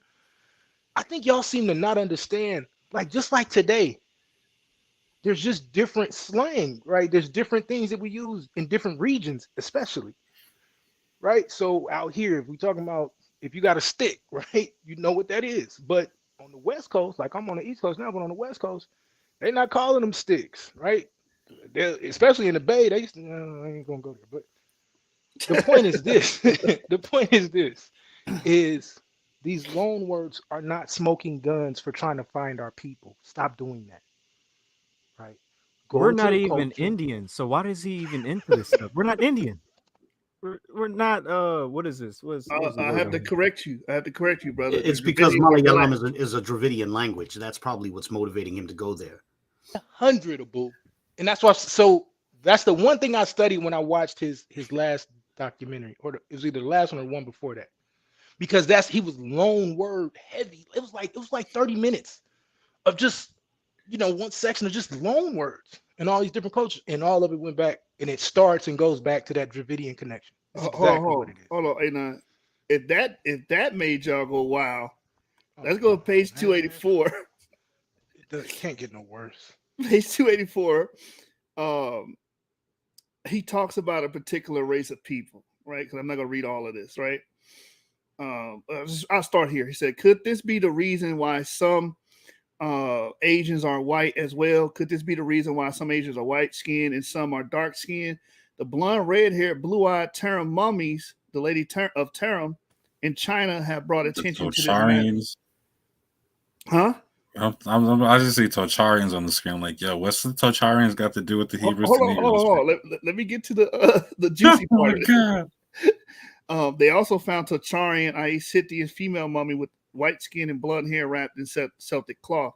Recovered from these Tocharian mummies were also swastika decorations on pottery, which has been linked to the white Nordic alien race living inside the inner earth. Nah, stop it. Shout out to my Hyborians or whatever they're called by the Hyperboreans, Hyperboreans, Nah. Shout out to the ancient aliens Israelites, you know what I'm saying? Like, okay, I'm not gonna go over everything in this book. He believes that pygmies pretty much circumnavigated the earth. They went to China. Yeah, because pygmies are the Canaanites to him. Yeah, and then he also talks about how aliens crashed in China and brought forth the white Nordic alien race, and that's what spread the white gene. There's a bunch of crazy stuff in this book, man. Remember what he said about the Mongoloids? That I think he said like people with Asian features are aliens or something like that. Yeah. Let me find that. Hold on, that'll be my last one. No, bro. This is literally what I grew up with. Look, I'm gonna tell you, this is what kids would do. I got slanted eyes, right? I look like a black ass Asian dude. They would say, "Oh, black alien, black Jap." Like this is what kids do. This is what elementary kids do in school. All day. This is what the elementary kids do in school. Like, come, hey, yo. But he's making the killing. Could you lower my comment? Lower the comment on the screen so we could read the bottom of each page, because the comment on the screen is blocking the page. I ain't going front, bro. I'm hurt right now, bro. I'm gonna call Ron. I'm calling him. Like, I'm gonna tell him. I'm gonna call. So all these people saying, "Oh, he wrote all these books. He wrote all these books." Have you read the books? Have you looked? You took out some time to look at the comic books? I don't think people read them. I ain't gonna lie, because even we know some people who has these books and haven't read them. Yeah, you got one on here. Like I said, like I can't make it through them. I'm gonna keep it a buck. I tried, bro. I said the same thing, fam. I couldn't even the get one through I the got. documentaries, bro. Like and I felt bad. Like I bought that motherfucker, right? You know what I'm saying? And I was like, Oh, you'll like this one, Abu. You'll love this one. Though this is page 466. It says the Y DNA R was originally created from the mixing of Shemitic people with other Shemitic people. You are a Semite, Abu. You are mixed, apparently, according to this. Actually, all these haplogroups are Israelites. So R is Israel, H is Israel, and he makes a point to say most commonly seen in Dravidian South dark-skinned Indians. Let me see, what's the other? I think he says P is Israel. Yeah, I think that because it wasn't that was associated with the Polynesians and stuff. Yeah, exactly, or Papua, or the quote unquote negritos in the Philippines and stuff like that. Why wouldn't he just just make right there on the page? Yeah, but why wouldn't he just make a Hebrew argument, if anything? Like, it's still you still get ate up in a lot of ways. But why wouldn't you just make a Hebrew argument rather than these are all Israelites? Like I don't understand. Movies. He has to put all of it in there. Is he even making like a mixed multitude argument? No, bro. No, bro. No, he believes haplogroup. He's making a CB4 argument. I'm black, y'all. I'm black, y'all. I'm black, bliggity, black, nigga. That's what he's making. No, honestly, haplogroup alphabet soup. How did we get here, bro? Like, he proposed in his discussion with Yeshub, which was eye-opening. He had proposed that through climate and other conditions in your environment, your haplogroup changes over the course of your lineage. Shut up. And that's how you say Israelite R or Israelite P or Israelite. Stop that now. Hey, remember he had an issue with. I have to ask, Abu, does it have to like? Can it change within yourself, or does it have to like be a mutation that you pass on to your children? Oh, I don't know. I think it changes within a line, which is how you can have a situation. Oh my God! Listen, you have Semites with J and E and P and C, and then you also have non-Semites with all of that. Hey, look, bro. Look. It's environmental pressures. That's literally what he argued in his discussion with Yeshua. It's an so now, eye-opening debate. so he's saying that epigenetics rewrites your DNA or changes your haplogroup. Changes the haplogroup. And that's impossible. That's impossible. Precisely his position. That's the epigenetics. Listen, bro. Epigenetics changes your gene expression, right? Without changing your damn. Oh my. And that's where that whole thing with the phone call and the book came in, because Yeshub was saying that's impossible. He's literally saying what you were saying, and that's when Ron Dalton, and I'm not trying to mock him, but he literally introduced this the premise like that's what you're saying, but then how do you explain the fact that they look like this and they got a story about having a book of the law that fell off of a boat? And I'm not making this up. I spoke to one of them on the telephone. You know, like it was literally that. It was like they have a story that sounds sort of Israelitish and they look the way I want them to look. Therefore, you know, their haplogroups are irrelevant, or therefore it's possible for Israelites to have all these different haplogroups. Exactly. That was basically his argument. Like you're saying they're not Israelites, but they look like Israelites and they have a legend that I like. So you're refuted. My thing is, even if they are, let's say those people are, let's just for giggles, that's just not the way to go about doing it. Like I don't, for the life of me, like at this point in time, I don't understand. You literally just took epigenetics and said that it changed a haplogroup.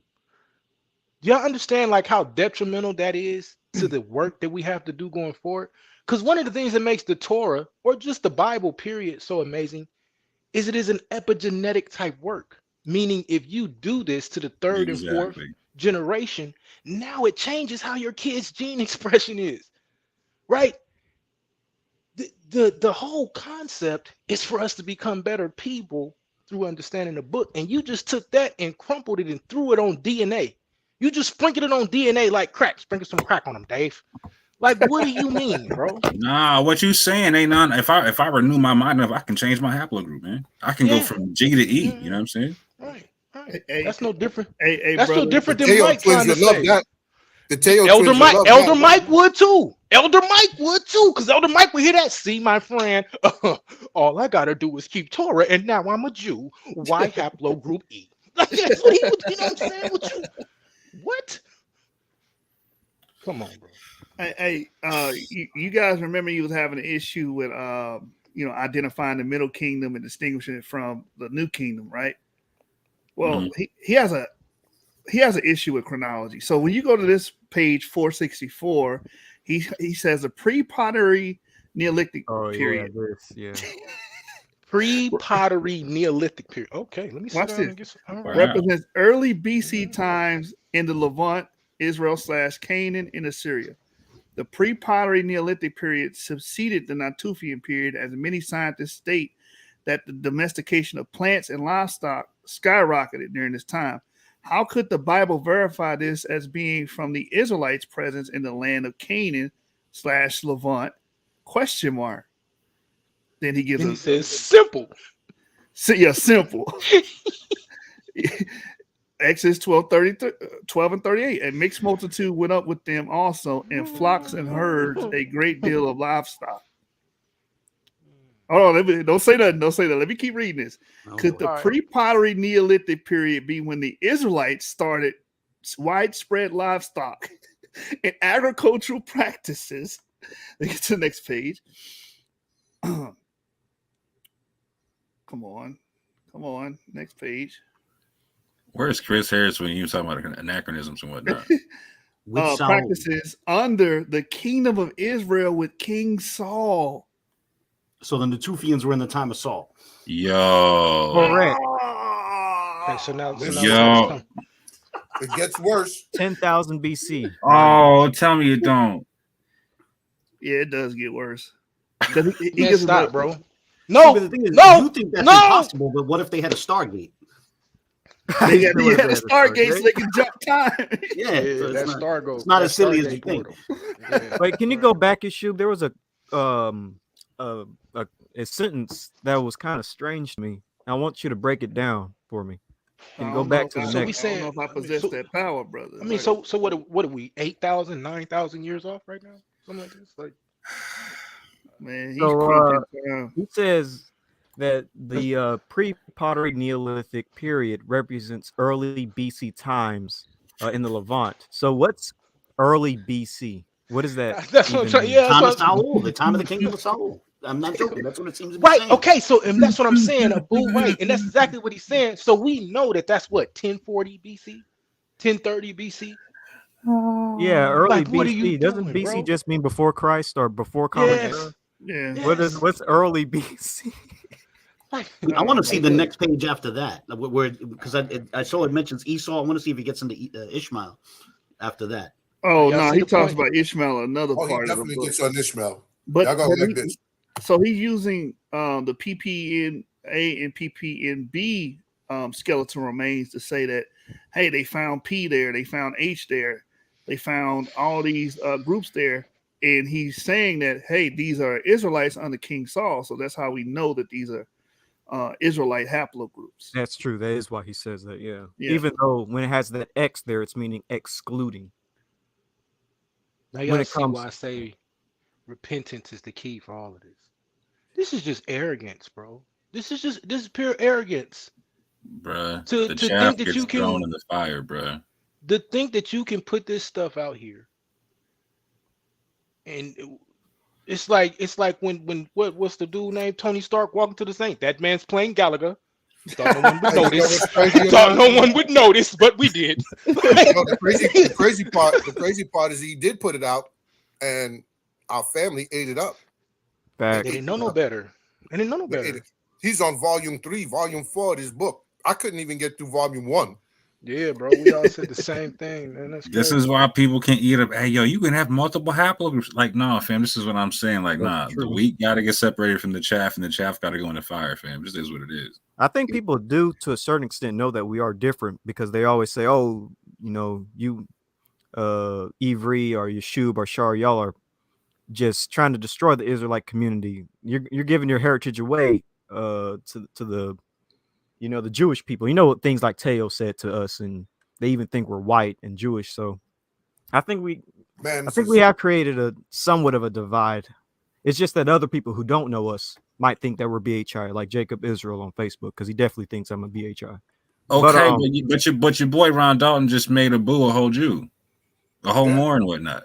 Oh yeah, he's definitely wrong. This is why more Anon, when y'all run into this dude anywhere, I'm talking about on Clubhouse, or if you happen to stumble into a room where he at, please pull his coat in front of everybody. Do you understand, man? Please. Is the spaceship still under the Sphinx, Ron Dalton, or did the spaceship fly away? We gotta hit him with those questions. Yeah, and a lot of this stuff is like occult stuff, man. Reptilian stuff, man. Oh, Lemuria. Oh, he'll get along with the QAnon people. Let me see if I can find the reference Evie brought up earlier about. Okay. Because he actually had a source. He was like, "Oh yeah, here it is, right here." Yeah, the Mongoloid aliens. There it is. Yo, this is my favorite part. Let's get into the gray aliens. Yeah. Ain't this Dr. York work? No, I was thinking the same thing, and I'm not trying to even like drop a joke on him. I'm saying it really does remind me of Dr. York scrolls from the 90s. Yeah, I am it dead really serious does. about. It really That's does. why I bring it up. I'm not making a joke about this. Yeah, I agree. Even Yeah. even the format in which the book look at the format. Oh, he's talking about the midget Jones that have the writing and what? Oh no, he Look went. at the format of the writing. I agree with Sean. Yeah, it even looks like one of Dr. York's scrolls from the 90s. Yeah, that's Yes. Nuwabian. Yeah, 100%. Nuwapu all day. Former Nuwabian became BHI. According to Ron Dalton, the Han Dynasty is actually pygmy tribes. Okay, just gonna put that out there. Yeah, I'm getting off. I'm not staying here for this. I'm not gonna keep. I'm not gonna keep finding out how silly this man is. Bro. Like, this is moving into mockery at this point, and I don't want to violate the law. Like, bro. Nah, he violated. Watch this. The law Watch with this. He violated with this. He has to. His code has to. Yeah, he violating us. Like he violating. violating the people with this bull job. Let's get to the aliens. Let's read a little bit of that. It says here. Let me read this part first. It says, now this kind of stone masonry work is also seen in ancient Egypt, but inside these caves were the skeleton remains of yellow-white pygmies with disproportionately large skulls. At first, the site workers thought it was the skeletal remains of apes or monkeys, but they realized that the ape world is not known for burying the dead, especially in tombs or caves. The size of the skeletons range from 3 feet to 4 feet, just like the pygmy tribes or the Negrito people seen all across the world. The only thing these short. Yeah. He says the only thing these skeletons had in common with the pygmy people is their small stature. African pygmy skulls are not disproportionately large compared to their body. Above, this is a picture of the Dropas couple, 10 years after discovering the caves of the Bayan, excuse me if I'm butchering this, Kara Ula area on the China-Tibet border. The Dropas, the Zopa people in the Han, sometimes named Ham or Cham or Kam. I never heard the Han. Anyway, that's a whole different topic. People were still found living in the caves and mountains. The couple, however you say that word there, 4 feet tall, and Wisla was 3 foot 4 inch tall, were believed to be descendants of the yellow-white pygmy people whose skeletons were found in that region. Unlike Chinese, Tibetan, or Mongolians, the Dropos people were very small in height and larger than normal heads and large, sometimes wide-spaced eyes. They had very little hair on their bodies as well, which is common in the Asians. And right here, he has a depiction. He says, above modern-day alien and an alien-human hybrid being. Before you keep reading, I just want to know they how had he got a picture of an alien human hybrid. How does he know this though? How does he know that that's an And that was alien going to that's be a my question, Ibrahim. Where are we getting these facts? This is right also here. very much like Here's the fact. Dr. York used to show all kinds of photos of aliens and stuff like that, Yeah. including he had a picture from the movie, the Predator movie. He had a picture of that creature with the with the crab like jaw, and he said it was like some alien from some specific constellation. Like he had a photograph of this alien. You shoot. I'm afraid to ask. D-Red, drop the link. D-Red want to come up. Hey, yeah, I was gonna say that too. Hey, I'm gonna tell y'all, bro. I'm leaving America. I'm not staying here with y'all, bro. No, bro. If we gotta suffer it, you gotta suffer it with us. That's right. You gotta walk this walk with us, Anon. Hey, bro. And plus, you disappeared for a while. You've been gone for a minute. This is what you So come what? back to. Yeah, you bro. come back. Hey, y'all was supposed to be torching this, man. Y'all supposed to burn this up already, man. Man, you know how many times I was on a Clubhouse with this dude and told him a new asshole, but he keep going. I'm gonna keep it a buck. I didn't followers, man. I didn't know that this was here. I didn't know that this was here, bro. Like, all right, hold on. I want to build up to it, right? So he gives you the alien depiction. He says the alien human hybrids. Of course, he's saying that the Han people are alien human hybrids. But we're gonna get to it, right? These are crash landed aliens, by the way. You know what I'm saying? If you know the story hold on. about these guys. Hold on, man. There's the link right there. I just put the link in the chat. So D-Red was trying to get in. He can get in now. Yep. So back to the story, right? Story time, fellas. Oh no, go back. It says supposedly, according to local past oral history in Central Asia, centuries ago, the Dropas pygmy people were considered so ugly that they were hunted down and killed by the so-called Mongols, riding on horseback in that region. According to the many Tibet according to many, Tibet wasn't ruled by China during this time. It wasn't until the early 1900s that the Dropos pygmy people caught the attention of an English scientist named Dr. Carl Robin Evans. Dr. Evans carried out his own expedition to Asia, eventually making his way into Tibet near the Bayan Karaula area, only to be abandoned by many of the Tibetan guys who were terrified of the Bayan area. On the way there they visited the Buddhist Dalai Lama, who gave them some insight into the area and what lied there. Once in the village area of Bayan Karaula, Dr. Evans was introduced to the language of the Dropa people and their history from a man named Lorgan La, the religious guardian priest of the area. Lorgan La revealed that the Dropas people came from the Sirius star system thousands of years ago, only to be trapped on Earth during the crash of their spaceship in the 11th century AD. And that is why and how you are a Hebrew, my Negroes. Yeah, what does it have to do with Hebrews to Negroes? That was going to be my question. In mitochondrial DNA for between Denisovans and chimps, there's Star Child. Oh yeah, read that too. This is where we need the clip of Jackie Chan saying, "What's up, my nigga?" Man, bro.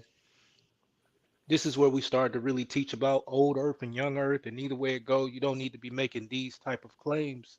There's other ways of explaining human existence. Honestly, bro, when I see this stuff, I just keep thinking like these are people who haven't been able to find any answers to what they're looking for, so they glomming on and stuff like this. Like, No, bro, they found this and was cool. What are you talking about? They were like, "Yeah, this is it right here." Like, I refuse to believe that I refuse to believe that he came across this and you know what I'm saying? Like he had to study other stuff and couldn't understand it. I'm gonna start waterboarding cats in this piece. You know what I'm saying? No, he got his name on this joint, selling it to the people like it's the thing. No, fam. He's like, no, this is the one right here. This one right doing here. my best. More, you but I know gotta what ask it the is. whole panel this question though. You know what it is when it's time to shoot. Believe More. this, or does he think? Yes. No, I think he really does. I think he really does believe this. I think he's one.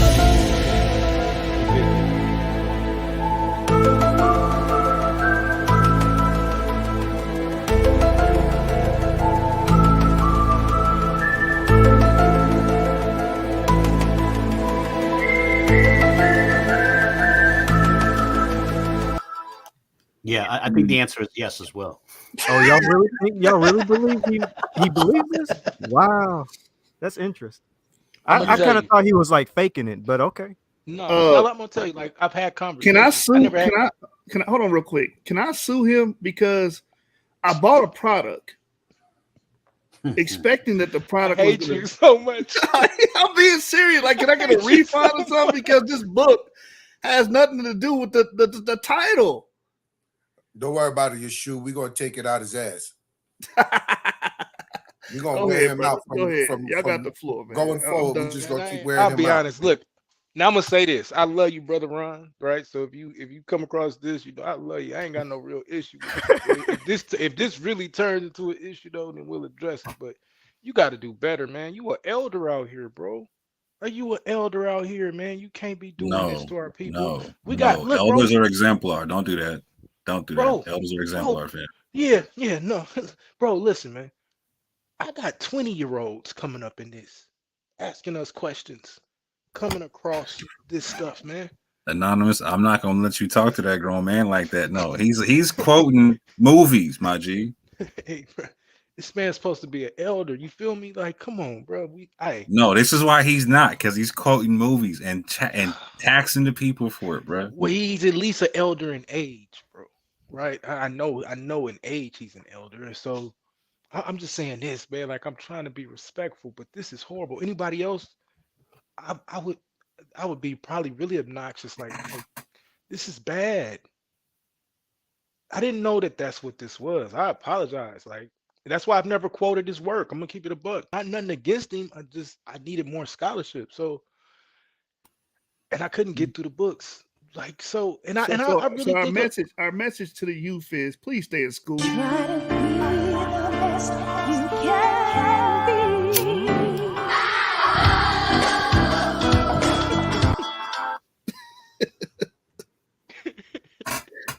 Don't be like Ron Dalton. Go to school. While we talk, can you go back to the video, by the way? Oh man, you want to torture us some more? Y'all got me scared because I'm feeling like, what was Pastor Kelly saying? I was wondering the same thing. Does he say anything interesting? Yeah, he's on there for quite a minute. I noticed. Hey, I'm not gonna get out here, yo. He was a little better. He was a little better. Stop. Tonight's comedy night. All right. But y'all finna make me have to call people and really talk to them, bro. They're gonna be upset with me. Come on, man. Stop.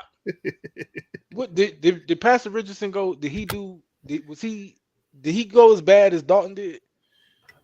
I kind of skipped over his part because I was more interested in the Ron Dalton conversation. But I need to let you let that play, bro. I need to see what's going on right there. Oh God. All right. Married with the Israelites. Hey, now go ahead and pour your three finger glass. If that happened, because we know it happened, because the Bible says it happened, then we should see this in the maternal DNA of people today that call themselves the Israelites, whether they are living in Israel right now or whether they are living in Africa. And that's the thing. What's the question, Ron?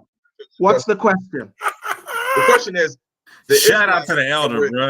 In Egypt before the Exodus, the majority of people they were marrying were Africans, right? Yeah. So the Bible says we came out a mixed multitude. So that one's settled in the Bible. I'm not quite sure where you're going with this. You're basically saying that the Jews of today are not the Israelites. I'm not going to argue with that. I don't want to argue with that. I'm just saying what I know from archaeology, right? You're on a different track, okay? Your evidence is not the evidence that I'm presenting, okay? I'm presenting the archaeological evidence. I'm not disputing with you that the Israelites didn't marry into Egyptians. Of course they did. We know that. The Egyptians even gave these Hebrews Egyptian names. We know that too. You know, so yes, they intermarried, and Egypt was a multicultural. All right, so I want to ask the panel this: after he makes this statement, what else can Ron Dalton say? Like, shouldn't he just let the argument rest at this point? Yeah, that should have ended everything technically. Yeah, but you know that's not what he does, because whenever we confront him, he do the same shit. He should at least apologize for taking the conversation in a whole nother direction for him. Right, yeah. He wouldn't be Ron Dalton if he did. Exactly. Spoiler alert, he's going to go on for like 40, 50 more minutes doing the same shit. No. Yo. Cultural state, country, civilization. Absolutely. No issue with you about any of that. No, that's good because like America. I don't realize that a lot of the Egyptian traditions and customs and even the language mixed in with Hebrew traditions and customs and language is seen in the Bantu people like the Zulu, the Exosas, the Igbos, the Wolof, the Kikuyu, the Maasai, and a lot of sub-Saharan Negro tribes. And this is not seen anywhere else. This is not seen anywhere else. So we have to really pay attention to when we connect the archaeology, the anthropology, the genetics, the linguistics, we put it all together, including the oral history, to show that the people that we see we look at the TV and we see Charles Heston and the Ten Commandments and we see a white Moses and we see white pharaohs in Egypt. That's all false. It's all incorrect teaching. Of course it is. We have to address that. Of course it is. That's white American filmmaking. That's got nothing to do with history at all. Okay. So what we're seeking to establish is we're looking for the facts and the artifacts. Ron is saying basically that it all should be integrated, and we agree with him. We agree that right now people are splitting up disciplines in order for us not to see the entire picture. Okay, but we're on a journey tonight, so we can't stop. I want to introduce Dr. Kelly Richardson, and thank you very much, Brother Ron. If you have to go, we appreciate you. And back over to you, David. Okay, right. So should we go on with the next section? Yes, please. But before you move on, I have one from the audience that says, were these guys the enslavers of the Hebrews, Egyptian king Akhenaten? Akhenaten. Yeah, that's the guy. And he says Amenhotep IV, the queen. Amenhotep IV. Yes, Amenhotep IV was Akhenaten before he changed his name to Akhenaten. Okay, now that is the end of the 18th dynasty, so I'm not talking about that period at all. I'm talking about the period of the 12th and 13th dynasties, the Middle Kingdom. I'm not talking about the New Kingdom. So no, Akhenaten isn't anything to do with the Exodus. However, he has an awful lot to do with the time of King Saul and King David. All right, so with the revised dating, that's when he goes fitting in, and that's why his hymn to the sun, hymn to the Arton, is almost identical to Psalm 104 that David wrote. So there is a cross-fertilization between Egypt and Israel in that time, but it's not the time of the Exodus, it's the time of the United Monarchy. All right. Well, let's get back to the presentation. Okay, so let's get back to sharing again. Let's do that one first. I will then select, and you should hopefully start to see things happening again. Are you seeing, yes, what are we on? Slavery now, aren't we? Yes? So, who was the Pharaoh who did not know Joseph? Because that's a crucial part of the story, isn't it? The time when all the sons of Jacob have died, Joseph the first and the rest of them have died. Then along comes a Pharaoh who doesn't know Joseph. What that means is that he was not around when Joseph was alive. So he has no loyalty to Joseph whatsoever, whereas the earlier pharaohs did have, because Joseph was the vizier of the country, the most important guy in the country, below the king. So this new king comes along and he enslaves the Israelites. So who is that king? Well, we have a fragmentary papyrus. This is one part of it you can see here, called Papyrus Brooklyn 351446. And this one is a slave list. And it shows around 90 slaves that have been transported from northern Egypt to Thebes in Upper Egypt. And it lists them with their Semitic names, followed by the Egyptian name that's given to them by the slave owner. And we have in this list lots of people with Semitic names. And here we have a few of them on the right-hand side that are included in this document, like Asher and Issachar, both names of tribes of Israel. We have the name Jacob in there. We have the name Mahanaim. We have Job and we have Shiphrah. Now, Shiphrah was one of the midwives at the time when Moses was born. She was instructed by Pharaoh to kill the baby boys, if you remember, the infants. So we have the names from the Bible from this period and from other periods appearing in this document. All right, so we know that the Brooklyn Papyrus, by this time, the Semitic peoples living in Egypt have now been enslaved. They are no longer free people. They are no longer able to be free. When we look at another document, and this one is what's called the Royal Canon of Turin, it's a list of kings of Egypt, and this is a small fragment of it we see here. And it has 1, 2, 3, 4, 5 lines on it. On the left-hand side there, you see the names of the pharaohs. It's written in hieratic, but the names are translated on the left-hand side for you. So Sobek-Hotep III, Nephhotep I, Si-Hator, who only reigned for about 6 months, and Sobek-Hotep IV. These are kings of the middle of the 13th dynasty. So if Joseph and Jacob came in at the end of the 12th dynasty, this is sometime later, about 200 years later, 150 years later, when these kings were on the throne in Egypt. And that document you just saw of the slave list is dated on the document to the time of Sobek-Hotep III. Okay, so that's the beginning of the slavery period you see on the right-hand side there. And so Moses was born in the reign of the next king, Nephhotep I. And then he became a prince in that time. He comes back on around the 2 hour. Joshua 24:6. I freed your fathers from. Around the 2 hour, 18-minute mark, Dalton comes back on. Okay, they want to hear the pseudo Mike talk too. So let me. Kelly. I mean pseudo Kelly. Who am I confusing? Dr. Kelly. Is he Dr. Kelly too? Oh my God. I don't know. He called him Dr. Kelly. I heard him say that. From Egypt, and you came to the sea, but the Egyptians pursued your fathers to the Sea of Reeds. Oops. Are we back? We are back. Okay. Back. Hi, Kelly. Hi, nice to see you. You got any questions yet, Kelly? Not hearing you. Got your mic on? Your mic needs to come on. Well, I want to say apologies for the technical difficulties I was experiencing, and right. I don't want to ask a question that may seem redundant of what you have already covered, but right. I know that, for example, with the when we look at the 10 plagues, and I can't remember off the top of my head for us the actual papyrus that lines up with that. Ipuwer Papyrus, yes, the Ipuwer Papyrus. Yeah. It does. Yeah, can you share some light on that, because those are, like you're pointing out, timelines are very important, and many have been using poor timelines to try to discredit the historical things that have already been discovered. Spot on. That's exactly right. The Ipuwer papyrus is dated to the 13th dynasty, exactly when we have put this Exodus now.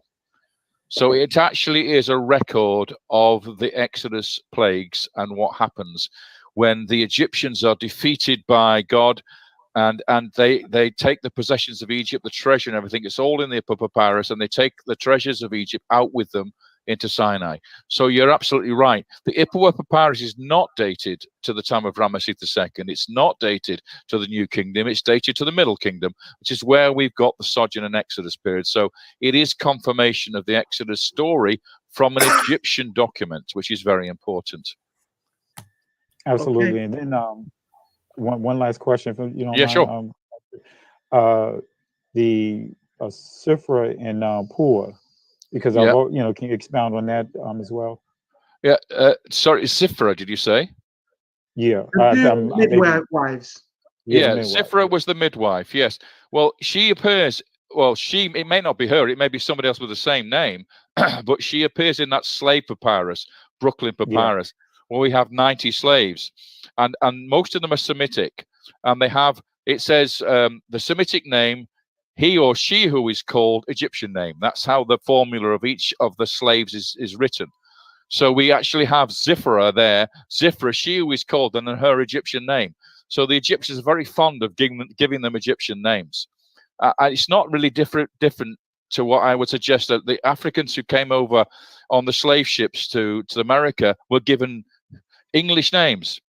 Yeah, and they were, their African names were taken away from them. The same thing happened in Egypt.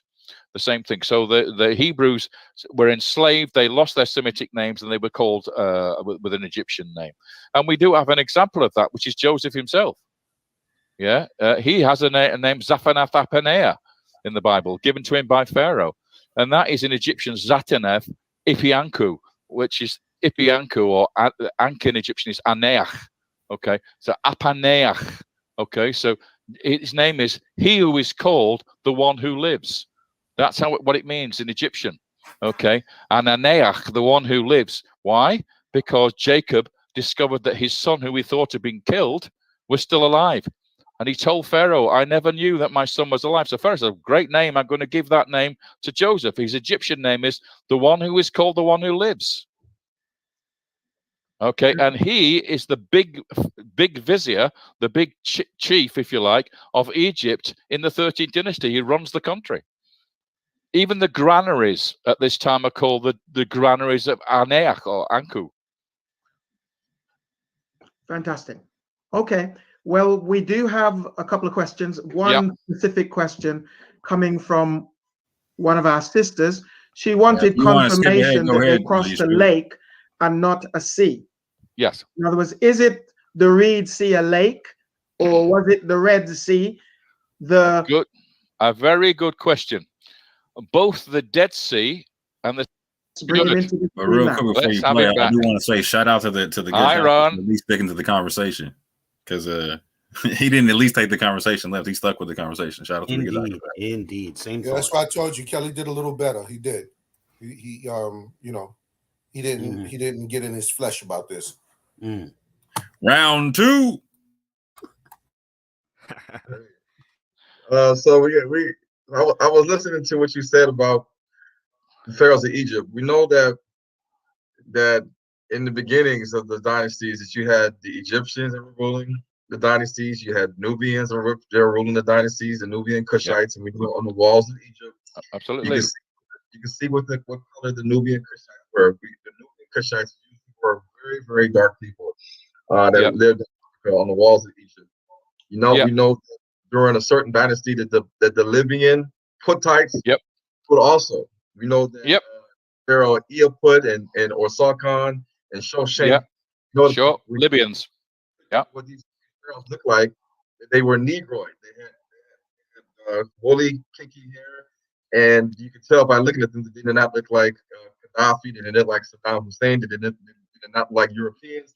They did not look like modern Arabs or white Arabs. When you look at the Egyptians, a lot of the Egyptian statues, the ones that don't have their nose broken off, wide noses. You'll see that they have the features of the cranial, the maximum, the mandible, the forehead, the back of the forehead, and all these different things that point to a people that are living, that are the black people living in Africa right now.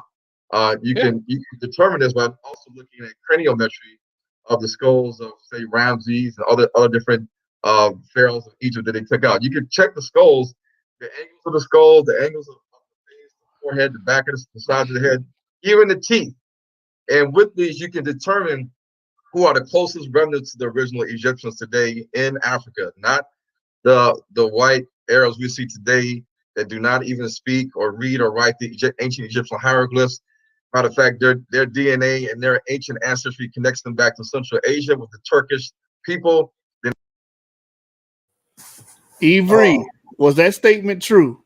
That modern Egyptians' DNA go back to the Turkish people? That is 100% false. Considering that when it comes to a lot of the Coptic people, a lot of them got E markers actually. So I don't know what he's talking about there. Unless E is Turkic now, I don't know. Maybe it is. But yeah, like 80% of Coptic people have haplogroup E, and then the rest got like J and R and stuff like that. Right? Did they not find E1B1B in one of the mummies, and they also found J in one of the ancient Egyptian mummies, right? Correct. A paper showed that E was found in 2 J's. That's that paper titled the Egyptians didn't have sub-Saharan African DNA, something like that. Yeah, so those people can't just be ruled out as saying that they came from Turkey. This is racist confabulation. Yeah, Coptic people have little to no Central Asian DNA. Like there's no Central Asian DNA in them. They might have some Eastern European, not Eastern European. They might have some Eastern hunter-gatherer DNA, but not like Central Asian, no. Yeah, E1B1B is a North African clade, right? Majority of the ancient Egyptian, well, considerable amount of modern Egyptians are E1B1B. We know that with the Ibero-Maurusian and the Natufian, that E1B1B pretty much trekked across northern Africa and the Levant for thousands and thousands of years. At this point, it's insulting. This is insulting. Insulting to our intelligence, and also insulting to those people that actually do have ancestral ties to ancient Egypt and North Africa. Just because they don't look like you want them to look does not mean they don't belong on that land or they don't have ancestral familial ties there. That's racist bullshit jargon. That's what that is. It's not grounded in scholarship. It's not grounded in genomics. It's grounded in this blackology stuff that was taught to us by James Small, what's the other guy, Dr. Ben Buchanan, and York, and all those guys, and the BHIs, right? That's not research, So everything he's saying at this point is just racist and wrong. It's incorrect. It's incorrect. You just want to push your little fairy tale idea about how everybody in Egypt has to be black. They weren't even black back then. You had ancient Egyptians that had the SLC2485 gene. Facts. So they would have had light skin as well. You would have had blue black Egyptians. Yeah. And you would have had light white Egyptians. That's actually the truth. That's what the evidence points us towards. Anybody else want to speak on that before I continue this video? You just trying to sell out your heritage issue. That's all that is. Yeah, I'm a coon. I'm a coon. Or as the people will say on Clubhouse, you got the white man inside you. I got the white man inside of me. I'm being paid. I'm a Rotacrucian. I'm a Rotacrucian. I'm getting paid by the government to take down the Israelites. Illuminati. Can you pass me some of them bills then? Shoot. I know, right? than it does with the original Egyptians, even though that they claim that their ancestors built the pyramids. We know that that's false because they have no tradition and customs. They have no language connection to the land because they speak in right Arabic, because Arabic is a Semitic language. The Egyptian hieroglyphics were not a Semitic language. And we know that the traditions and customs, the clothing, the type of dress, the food, the things that they carry, like the staffs, even the words for God, like Ra and other things, you'll see Rohl that just these are being practiced you see in Rohl just Northeast Africa, mainly like the Horn of Africa, with the Somalians and the Bejas and the Afars and the Luas and the Akoli. Is there a question? Is there a question coming at some point? Yes, there's a question coming. So Okay, you said, good. Trevor asked, who are these people that enslaved the Israelites? And hey, yo, look at the elder's face. The question Look at is, the they elder's were face. black people that enslaved the Israelites, because we know that the Puttites, the Cushite Nubians, and the Egyptians were all people of Trevor color. has a If you look at secondhand embarrassment. if you look at the ancient writings of Herodotus and others, they even acknowledge the Egyptians had black limbs, brown limbs. They were Negroid. They had woolly hair, and so we know that the Egyptians of old that were enslaving the Israelites, they were not Romans, they were not Greeks, because we know when Alexander the Great came in and conquered parts of Egypt and Israel, that was around 300 BC, which one of the Ptolemaic era started. And matter of fact, Cleopatra. Right now, he's showing that he don't know what the hell he's talking about. Because again, when we deal with the 18th dynasty, Amos, Akhenaten, and those guys would have had Eurasian clades, maternally and paternally. He has this idea in his mind that nope, only Negroid tribes, even say the Pygmies were there. Like, come on, man. These would have been the people that enslaved them. But we have ample amount of evidence to prove that the royal family, at least during the 18th dynasty, would have had Eurasian clades. And then even earlier dynasties, we see haplogroup H2. That's a Eurasian clade. So everything that Ron Dalton is saying bursts at the seams when we look at the ancient DNA and the genetic profile of the pharaohs and the royal family, right? This is just all hogwash point of views, right? U6 on the maternal side. Come on, man. These were Eurasian clades, man. The Africanity insanity must stop. You can't make everybody in history African to fit your sick narrative, man. But I'm going to try. No, ain't none. You gotta bro. You gotta come back on the channel, on the panel, brother. You gotta see this, man. You gonna get this work. You gotta see this, man. And then somebody said in the comments, I see why y'all hating on Ron Dog. What is there to hate on? This dude is loony, man. He believes in aliens coming down and creating the Chinese people. Like, come on, bro. What is there to hate on? This dude bugged out. Don't tell me I'm hating. I bought his material, fam. That's straight out of Dr. Yoke's books. Man. Scrolls from back in the 90s. That part right there with the Asians, that's straight out of his book. Exactly. That's something with the black community. Oh, you got to be hating on them if you're critiquing somebody. No, we critiquing him because his work is not good. His talking points suck. He doesn't make great arguments, and his book is Walt Disney at best, Pixar at best.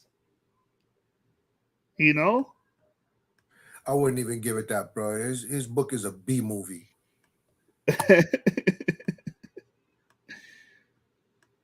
So, I mean, and his idea of ancient Egyptian people all being homogenous people and all black is just not true. That's not historically true, and that's not it can't be proven through anthropology, archaeology, or genetics. It can't be proven. So why is he teaching this?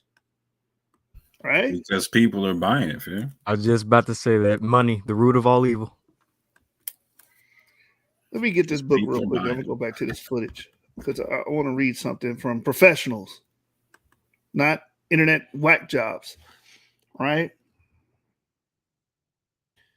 Get this. For the brother that said we're hating on him. Look at the elder's face, Dr. Trevor's face. It's like He's sitting there. He had his hand over his mouth like, "You're embarrassing me, man. Hurry up and just ask your question." I bet he's regretting letting him up there. Embarrassing him with a smile on his face. You feel me? Yeah. To the point, Rohl was like, is there a question coming?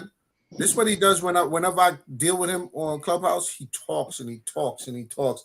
I ask him a simple question and he talks for like 15 minutes. Yo. That's because he's teaching you. But that's because Ron Dalton surrounded himself with a bunch of yes men and people that worship him almost like what's that dude name that we did the critique on his book, Jashub, that he flagged our channel. What's that dude name? Oh, the one, the Rock Shell Crowd. Rock Crowd, yeah, the dude that wrote the book with Rock Crowd. These guys write a book, and then they get followers, and these followers pretty much worship them to a certain degree, and so they sit at their feet and people act like he's teaching every time he talks, and so that's the interesting thing about some of these personalities. And I just want to say, with Ron D-Red, I would say this: having encountered him at least 4 times on Clubhouse, going into his rooms and confronting him, he has number of women blocking. He has number of women. You go up to the question, but that's usually the same thing with all these guys. I mean, if we talked about Dr. York, who was his personal people was made up of women. When we talked about the Horace Butler, that's his name, Horace Butler. Who was the main people supporting them? Women. When we talked about the young pharaohs, who was the main people supporting them? Women. We talked about the Polites, who was the main people supporting them? Women. We can keep going down the line. Who's supporting the Creflo Dollars? Women. Who's the ones supporting the TD Jakes? Women. So it's always going to be women because women spend money. So they always target women. Hey, who's Weezy One Love? A woman. So would y'all say that this is like a cultic personality then? Yeah, you know what I'm saying. And so what ends up happening? Women, a woman that's seeking knowledge, if the wrong dude comes around, he can seduce her easy. You know what I'm saying? So women it just is what it is. Women are like a sponge. The wrong, like he said, like D-Red said, the wrong person, the wrong brother get a hold of her, or a couple of them, that's it. They all in. And low key, the scary thing is he is in Africa and he moved a lot of people out there. So we'll see what happens next couple of years. What'd you say? Don't drink the Kool-Aid. Drinking that Kool-Aid. Don't drink that Kool-Aid. Yo, this is from a book called Ancient Near Eastern History and Culture. What page is this? Page 144, and it talks about the argument of Afrocentric and Eurocentrists, right? And so I like to inform my audience that a lot of these racist arguments and views that we have are just reverse engineered Eurocentrists or redneck talking points. Right. For example, Israelites will say, "Oh, Edomites are white, or they the devil, or they this, that, and the third." Well, that stems from white racists saying that all black people were the devil, or they were the sons of Cain, and they were to be disparaged, blase, blase. And black people use that they weaponized that and reverse engineered it against people that are white. All of it's false. All of it's fake. Right. Let me read this. It says, in the past 3 or 4 decades, there has been such much popular interest in the racial identity of ancient Egyptians. At one time, it was European scholars who raised the issue by proposing theories that Egyptian civilization was produced by the immigration and invasion of a dynastic race. The racial identity of these supposed newcomers was not usually stated, but it was assumed that they entered Egypt from Western Asia, not from other parts of Africa. To date, the idea of dynastic race in early Egypt has been completely abandoned. However, in recent years, the issues of the racial identity of ancient Egyptians have been broached primarily in Afrocentric works. And it brings up Diop, Van Sertima. And a lot of people get mad at me when I say these guys are outdated and pseudo. But this is why. I'm going to keep reading. It says, such works attempted to counter Eurocentric racist disparagement of African Americans and other blacks by arguing that almost all civilizations originated in Egypt and was created by black Africans. For a response to the Afrocentric claim, see Lefkowitz, 1997. Martin Bernal's Black Athena, 1987, 1991, 2006, though not truly an Afrocentric work, brought much scholarly attention to the subject. Bernal did not emphasize race, but he did argue that much of Greek civilization derived from ancient Egypt. Even though most of Bernal's thesis has been rejected by almost all specialists in ancient Near Eastern civilizations, as well as those specializing in the culture of early Greece, it has been widely used by Afrocentric scholars. Okay. It says, come on, don't do that. Don't freeze on me. It says here, why has the racial identity of the ancient Egyptians become important to so many people? The answer to that question varies, but usually those who ask whether the Egyptians were white or black accept two incorrect premises. First, the question implies the existence of biologically distinct, relatively pure races that develop in isolation from one another over long periods of time. Second, the question generally believes that there's a link between what they regard as race and cultural achievement, right? You hear a lot of people on the internet talking like that, right? Oh, black people did this and white people did that. It says the racial identity of the ancient Egyptians is important to many individuals because they want to claim early Egypt's accomplishments for themselves and other members of their own race. Most archaeologists, anthropologists, and historians usually try to avoid such discussions because they realize that the concept of race is a cultural construct rather than a legitimate biological category. Modern genetic studies have shown that only 16% of the variation between individual humans exists between the major so-called races. On the other hand, 94% of the differences occur within specific population groups. Differences in easily observable physical traits usually provide the basis upon which culture distinguishes races from one another. However, often used racial characteristics such as skin color, hair texture, the shape of eyelids, noses, lips, or other features often vary independently through space and over time. Furthermore, there is no demonstrable relationship between such physical characteristics and intelligence or cultural achievement. After 10,000 BCE, as the weather began to become drier, Egypt became a magnet for immigrants from North Africa, the Sinai, Palestine, and the southern reaches of the Nile. These groups blended with one another to form the population of ancient Egypt, which physically was much the same in antiquity as it is today. In the Nile Valley, physical types varied so gradually that the differences were perceptible only between places widely separated geographically.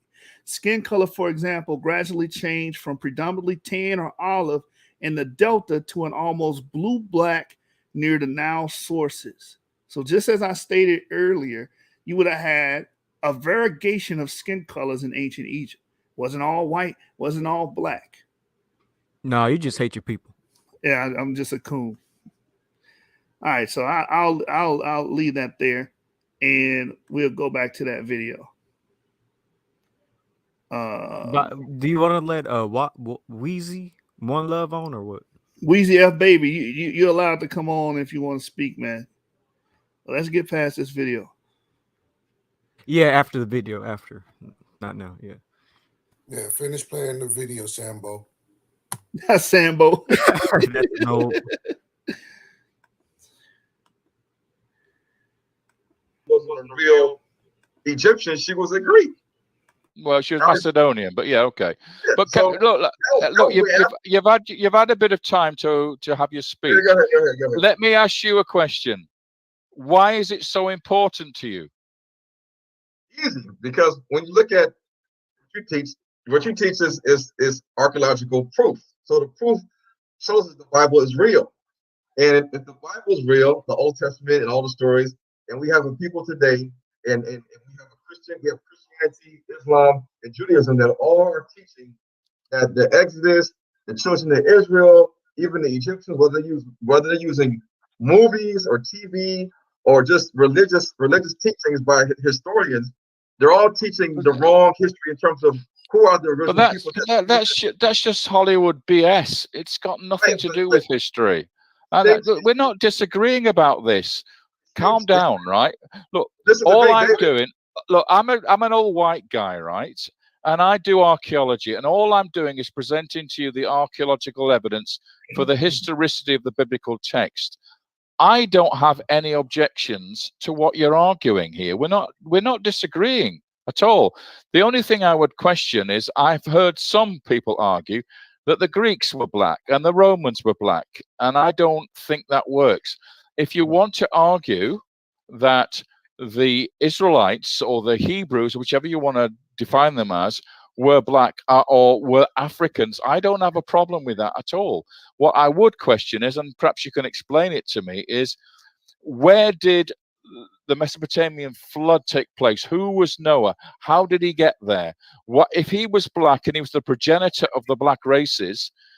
And I'm assuming that you're thinking that the flood was universal, therefore there were no other people survived other than the people on that ark, which is the Christian view. I presume that, are you Christians or Hebrews? What are you, Jews or Christians? This is where they mess us up. We are Israelites. You're Israelites. Israelites. Okay, so if you follow your Bible literally, then you're saying that Noah is the founder of the race because he is the one that survives with his sons. Okay, and Ham being one of the sons who came to the Hamitic world or existed in the Hamitic world, whichever way you want to do it. Are you saying that Noah and the ark, the history of that, the story of it is an African story in Africa, on the continent of Africa, or did it take place in Mesopotamia? Which is it? I'll let you continue, Brother Ron, since you're already on the road. I don't like to use the word Africa because it was not a man named Africa that had children called Africans. We know no, exactly. It's just a landmass. It's a continent. Yes, like that. Asia is a continent with Japanese, Chinese, and Indians in it. Yes. You know, so it's a continent. It's a piece of land. That's all it is. Yeah, it doesn't define the people at all. Let me say something. We understand that if the flood happened, if Noah had 3 sons and they all scattered to the earth, then everybody should have some evidence or some oral history about a global flood. If you go to the Chinese people, they say that there was a man named Nuwa, N-U-W-A. And sometimes they spell it different. And there was a great flood that happened.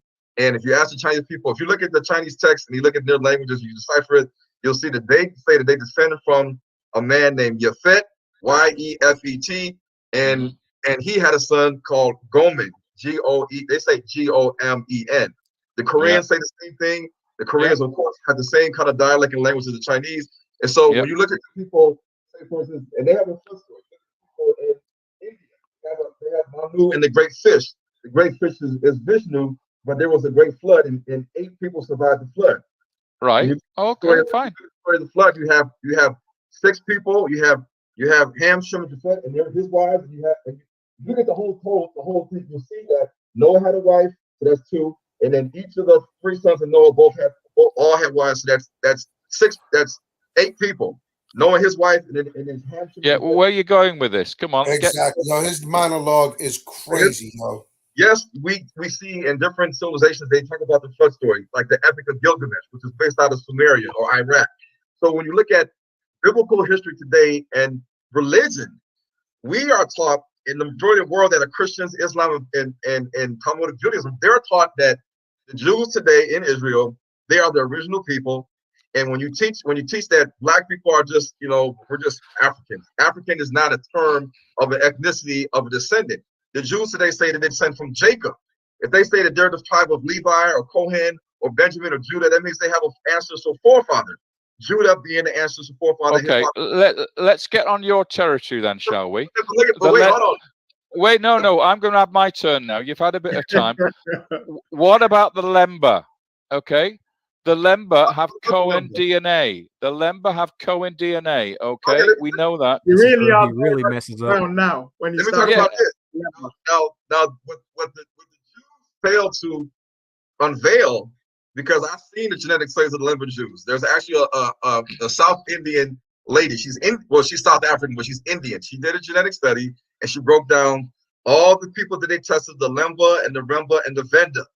What they don't show you is that half of the Lemba, Renda, and Venda people have the Y DNA.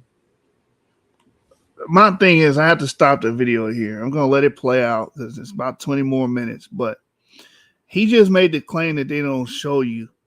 But if they don't show you, how do you know they have these other clades? It's because the information is publicly available, man. There's another tactic of the BHI. They always try to make everything conspiracy. They're hiding it. No, bro. Anybody can pull up the genetic matrix of the Lemba and see that they got E1, B1A, E1, B1B, P. They got different clades amongst them. You know? So that's another, telltale sign of man. Is it safe to say that Ron Dalton is a BHI? Super BHI, like Nawabian plus BHI. Man, it's super Nawabian BHI in BHI. Pseudo special ed. I don't know about these dudes, man. Oh man, Ritalin. I'm gonna call him Ritalin man. Yeah, that boy talk. He don't know how to shut up. That man asked him 3 times, "Is there a question coming up?" Like, not then he stopped him. He said, "Oh, well, you had your turn of time to talk. Let me speak." This dude do that all the time, yo. That's because man. He's teaching you. You gotta listen for 20 minutes. Yeah. Look what Jermaine Howell says. Unfortunately, no. Ron Dalton takes the argument and conversation so far left that you never get the full extent of David Rohl's argument on redating the Exodus, what Pharaoh that he thinks is the Pharaoh of the oppression, him digging into Joseph possibly being Anku, right? And him giving the explanation that you don't get to see that on this because Ron Dalton is so full of himself and he feels like I'm the master teacher. I got to teach him. Ron Dalton, sit down, man. You're not an archaeologist. No one cares about your little fanciful spaceship Star Trek book, man. David Rohl actually wrote a book about archaeology and trying to prove out the Exodus and give us some hints and clues who these people could have been, and giving historicity to the claim. You don't do that. All you are is a color man. So I'm going to give you a coloring book, and I hope you color within the lines. All right? And not to be disrespectful to Elder Dr. Trevor, the same thing that Anand said earlier, I think we all pretty much said that before we even did this video tonight, this live tonight. He could have handled this better. You know what I'm saying? It's his interview. He allowed Ron to come and pretty much take over the whole damn thing instead of allowing David Rohl to finish up his presentation. YASHAR-YA'OH made a great statement. He said, but we shouldn't talk about Israelites in public. And that's the problem. They want to be able to abide in their folly, right? Do all of this BS and no one say anything about them. Right, no, we're gonna check them. Yeah, we're gonna hold your feet to the fire, man, and show the people that, hey, man, what you're teaching is nonsensical, it's garbage, and it's not going to progress our knowledge and understanding of anything. I thought the whole purpose of this is to get enlightenment, right? Edification means to build, right? We're supposed to grow in knowledge, not diminish the knowledge. He's taking us back to the cave times. He's taking us back to the 80s and 90s. Yeah. Well, he's taking us back. He's taking us to infinity and beyond. Y'all are not getting it. Because this nigga said aliens created Chinese people, and this boy got to talking about a whole bunch of aliens that came down from the Sirius star system. Know what I'm saying? And helped created pygmies. Snatching all this information. He's snatching all this information out of CERN. Hey, Jermaine Howell said he took away the opportunity from Out of everybody the large watching that collider. they can learn. But we, like I said, when we look at like y'all was talking about the Egyptian haplogroups. You know what I'm saying? Understand that, and we need the people to understand, especially at a certain time period in human history, like when the brother they was talking about when Yeshua was reading that source, talking about 10,000 years ago. 10,000 years ago, there wasn't no white people anyway. As we know them phenotypically, white people wasn't no white people anyway. No, So it wasn't. you know what I'm saying? So we got to understand history, understand the history of genetics in the genetic timeline, so we can actually put things together. And again, just because you see, we don't know what the Egyptian, certain Egyptian pharaoh's actual skin color was. I mean, we can tell you what the haplogroup was, but the haplogroup don't mean it. Just because you see one with R, don't mean that he's white. You know what I'm saying? But don't mean he's black either. So we don't. That just means we don't fucking know. We just know what his haplogroup is. And so we gotta always keep that in mind too when we read these read the genetic material or the genetics of people of people in ancient history. You see what I'm saying? We got to keep that in mind, man. So this genetic But stuff that's is why we not. keep color out of it too. D-Red, that's why we've been keeping color out of it. Even when we have these conversations, you always in these conversations. When I hear you talking to people, you keep color out of it because you know that the genetics might say something that might completely go against what you're saying. You know, so you just By the way, leave color out of it. You leave color out of it. You deal with the genetics, that part of the ethnicity. You know what I'm saying? Instead of race, you know, you deal with the ethnicity, and You that's can't. it. Yeah, because you can't tell what a person like. That's why I always use Nas. Nas is the perfect example. You see what I'm saying? So he dies 10,000 years from now. They dig him up. They say, "Oh my God, this guy's haplogroup I." Right? So you say, "Oh, he's a European."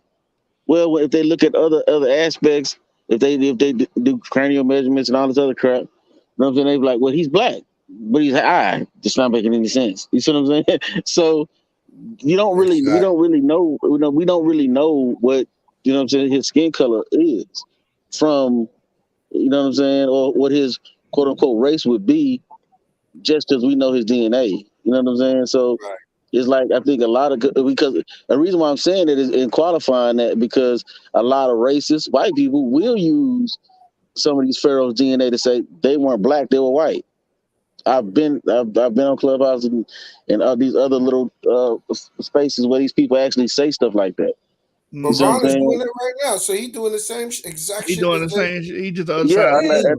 but that's why I'm trying to qualify that we don't know what race they are unless they dig deeper into their genetics and find out they got if they have all three genes for white skin. Then you can say yeah he was white. But if the Koi son have the LC2485 gene, they're not white.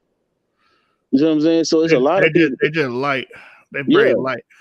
So unless they have all three of those alleles, then you can say, well, okay, this person is more than likely, probably. And even then, you got to leave a margin for error. You can't say it's definite. You would have to say, okay, this person is probably what we would consider a modern European. Exactly. Well, not a Because they would modern have to say the European, but it gene would would have have to a white express skin. itself. Right. It would have to. Not only would you have to have it, but it would have to express itself. That's true. That's true too. Yeah, that's true. So you But might have it. that's why you can say it's likely, or you can use certain terminology to say it's a high probability, but you can't say definite. You know what I'm saying? You might And have so the it's just allele. You might crazy. have the allele, but it didn't express itself. Exactly.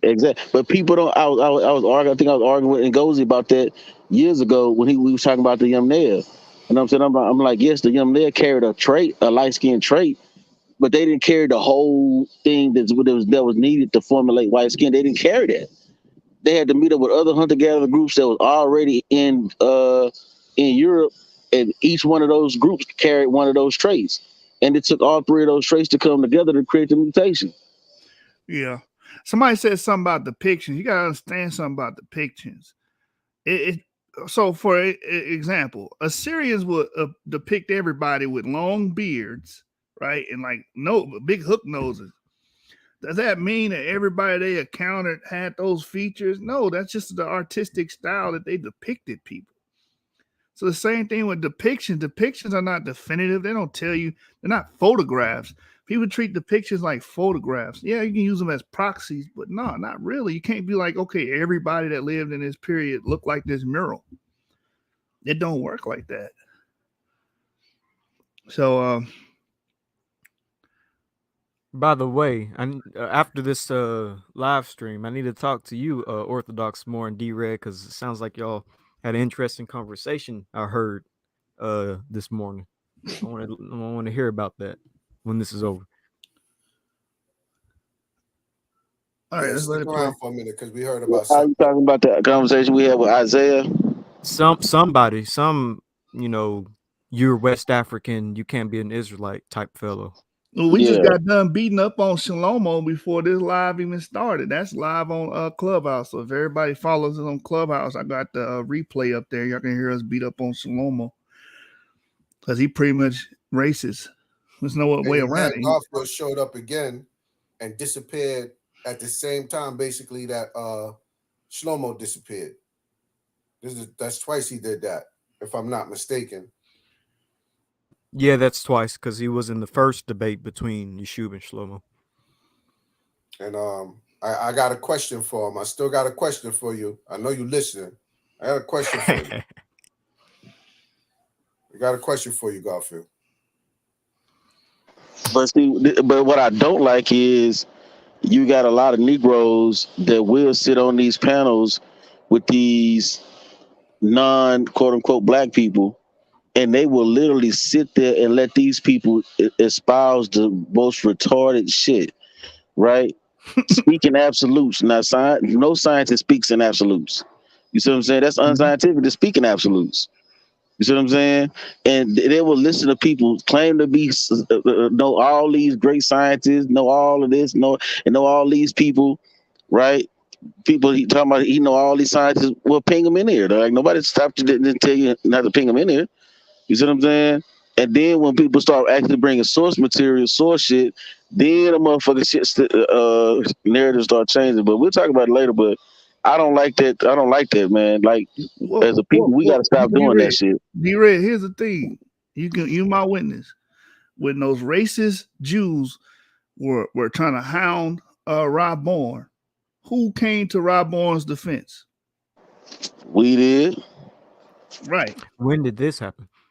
This happened probably March or something like that. It was sometime this year. Yeah, I missed that one too. I'm helping Rob Bourne. Now, people follow my channel, that I didn't got into it. Rob Bourne, made hit pieces on Rob Bourne, custom out, all that. But at that moment, I'm like, nah, I'm not letting them jump on Rob Bourne like that. But guess who was in the room when this racist Jew? Hold on, real quick. Let me say this. Garfield was in that room too when I was helping Rob Bourne. He's in the room. Yeah. So he's in the room while I'm dealing with a racist Jew. And the first time he was in there cheering for him. The first time. Second time he in there hoping, I guess, that that he get one over on. Mm-hmm. I understand the assignment. These niggas don't, man. And I'm gonna leave it at that. But see, that's what I'm talking about, Yeshua. Like, that's not cool because Rob Bourne actually got into that situation defending us. Because remember, they were saying that we had no right to be claiming Jewish Jew. We had no right to this and no right to that, and no right to this. And Rob Bourne was like, man, y'all motherfuckers to shut y'all racist ass up. And they was like, we're not racist. We've never been racist. We've done it. And so Rob Bourne started reading from the goddamn the Talmud on their ass. That's how the whole shit started. And then we, Yeshua, me, and a couple other cats, I think James and a couple other cats came in and started having his back. You see what I'm saying? And then, but it's always these Negroes that sit back and act like they don't have black people that are experts, even though we may be autodidacts, but we are pretty much, as far as knowing the material and being able to cite the material, find the material, and actually have the material, we do that when it comes to genetics. We do that. Right, exactly. We tight with this shit. So the fact that these dudes, I'm talking about these dudes telling me to shut up, let him speak, Negroes, bro. Like black people telling me to shut up and let this because white dude speak. they on his side. They think like him. And I was like, bro, like you niggas is. And then, but the more he started getting beat up, you start realizing how quiet they started getting. The more we start whooping his ass and showing he didn't know what he was talking about, now all of a sudden them dudes start getting quiet. Then because I come on, then Orthodox more come on, then somebody else come on, and then we start rotating, whooping his ass. You see what I'm saying? And then once that happens, now he's quiet. He don't even want to talk for the rest of the time I was there. Then I just left. Y'all put that ass in a blunt and smoked it in rotation. Pretty much. Me and Orthodox more pretty much put him in a body. What that boy said in that movie Karate Kid, put him in a body bag. Yeah. Yeah, shout out to Isaiah, you know what I'm saying? Appreciate you for the workout. But Abu will tell you the same thing. Abu defends us with a lot of the AU. The UA. He defends us with a lot of them. He catches a whole lot of heat. You think tonight that he was on this channel with us and on the platform and being a part of this tonight, he not going to catch hell? This is why when Abu is around us, Abu is on Facebook or whatever, you know, I don't turn a blind eye to Abu. I don't. Yeah, shout out to Abu because he always keeps it a buck. He does. You know what I mean? There was one time, and he'll tell you, me and him had a back and forth on Facebook when he first went after Moore. You and him had the dialogue, the couple of lives on genetics, on DNA, and you know there was nothing for him to refute. And that's the whole thing with Abu that people don't know. He's extremely analytical. You know, if you give him something that he can't find, if you give him something that he can't find a way to give you an argument back on, or you know what I'm saying, some nuance where he can find a way to maybe question the validity of the evidence that you're putting before him, he will side with you. He's gonna raise his flag and go, you know what, I have to act, because why? He's so analytical. It has to be plain and clear to him. And that's what happened with the genetics, with DNA. Facts. Hey, I'm gonna tell you why they agree with those racist whites on Clubhouse, while these Negroes agree, and I'm gonna throw Garfield in there because those same racist talking points they say they believe in. They believe that we were trapped in sub-Saharan Africa, that the only place that we can claim is sub-Saharan Africa. These same Black Africa is sub-Saharan Africa. That's where your ass belong. They teach the same thing. They are in agreement with that, man. How it go, Sean? Unless they agree. Y'all know what I'm talking about, man. Yeah. Sean, you the scripture, man. Yeah. How can two men walk unless at least they agree? Hey, thank you. And that's just that's the truth, right? They agree with those racist sentiments. They like to delimit and demarcate ancestry all the time. It's the same thing we run into on Clubhouse with these white internet Jews, white supremacist internet Jews. They believe that if your ass Black, then you being a Jew is not a fact. You have no lineage or anything connected to yourself there. Then when you present the DNA, hey, no, actually we got DNA tracing back to the we got material culture. We got things that we can show and prove and build the argument. They don't even want to have the conversation and say it's a possibility. Meanwhile, they be having J2A. They got haplogroup J2A, which is a knowing marker. But they won't claim that legacy. Right? Well, we'll tell you to claim a sub-Saharan African legacy, which they can't even prove with ancient DNA that we were in sub-Saharan Africa, but we can prove their clades as in Europe, Finland, in the Asian Sea, right? We can prove that. All right, we're gonna go on. But here's the thing, issue: we don't even disregard Jews with haplogroup E as being Israelites. We believe many of them are. And not only that, not every African American even has E1B1A. A lot of us have Eurasian markers, and they still try to say we're all from sub-Saharan Africa. Some of us have J1M72 downstream clades of the same group that y'all accept as Jews. Yep, That's a I know. fact. I know, like two black people with J, I think. The first free slave African American population, they studied their genetics, and they say that these genes come from an isolation after they freed themselves. They found EM123, which is a known Jewish lineage. Shout out to Yitzhak, Yemeni Jew with that. We're a blend of people, man. We're not homogenous. Majority of people on this earth are not homogenous. They're a blend of people. So y'all make these grand sweeping claims that don't apply. It's just racism. You just see a bunch of niggas and it's like these niggas belong here in history. You ask them, provide us an ancestral tie to some group, right? Oh, you guys are slaves.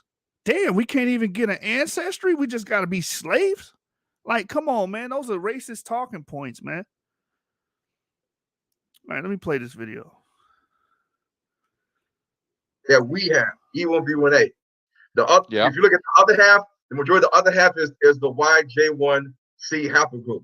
You also see other haplogroups in there like L, like H, and like K. Well, who has a haplogroup L and who has a haplogroup H? Ron? Well, it's people in India. Who has a haplogroup K? It's people in the Pacific Islands.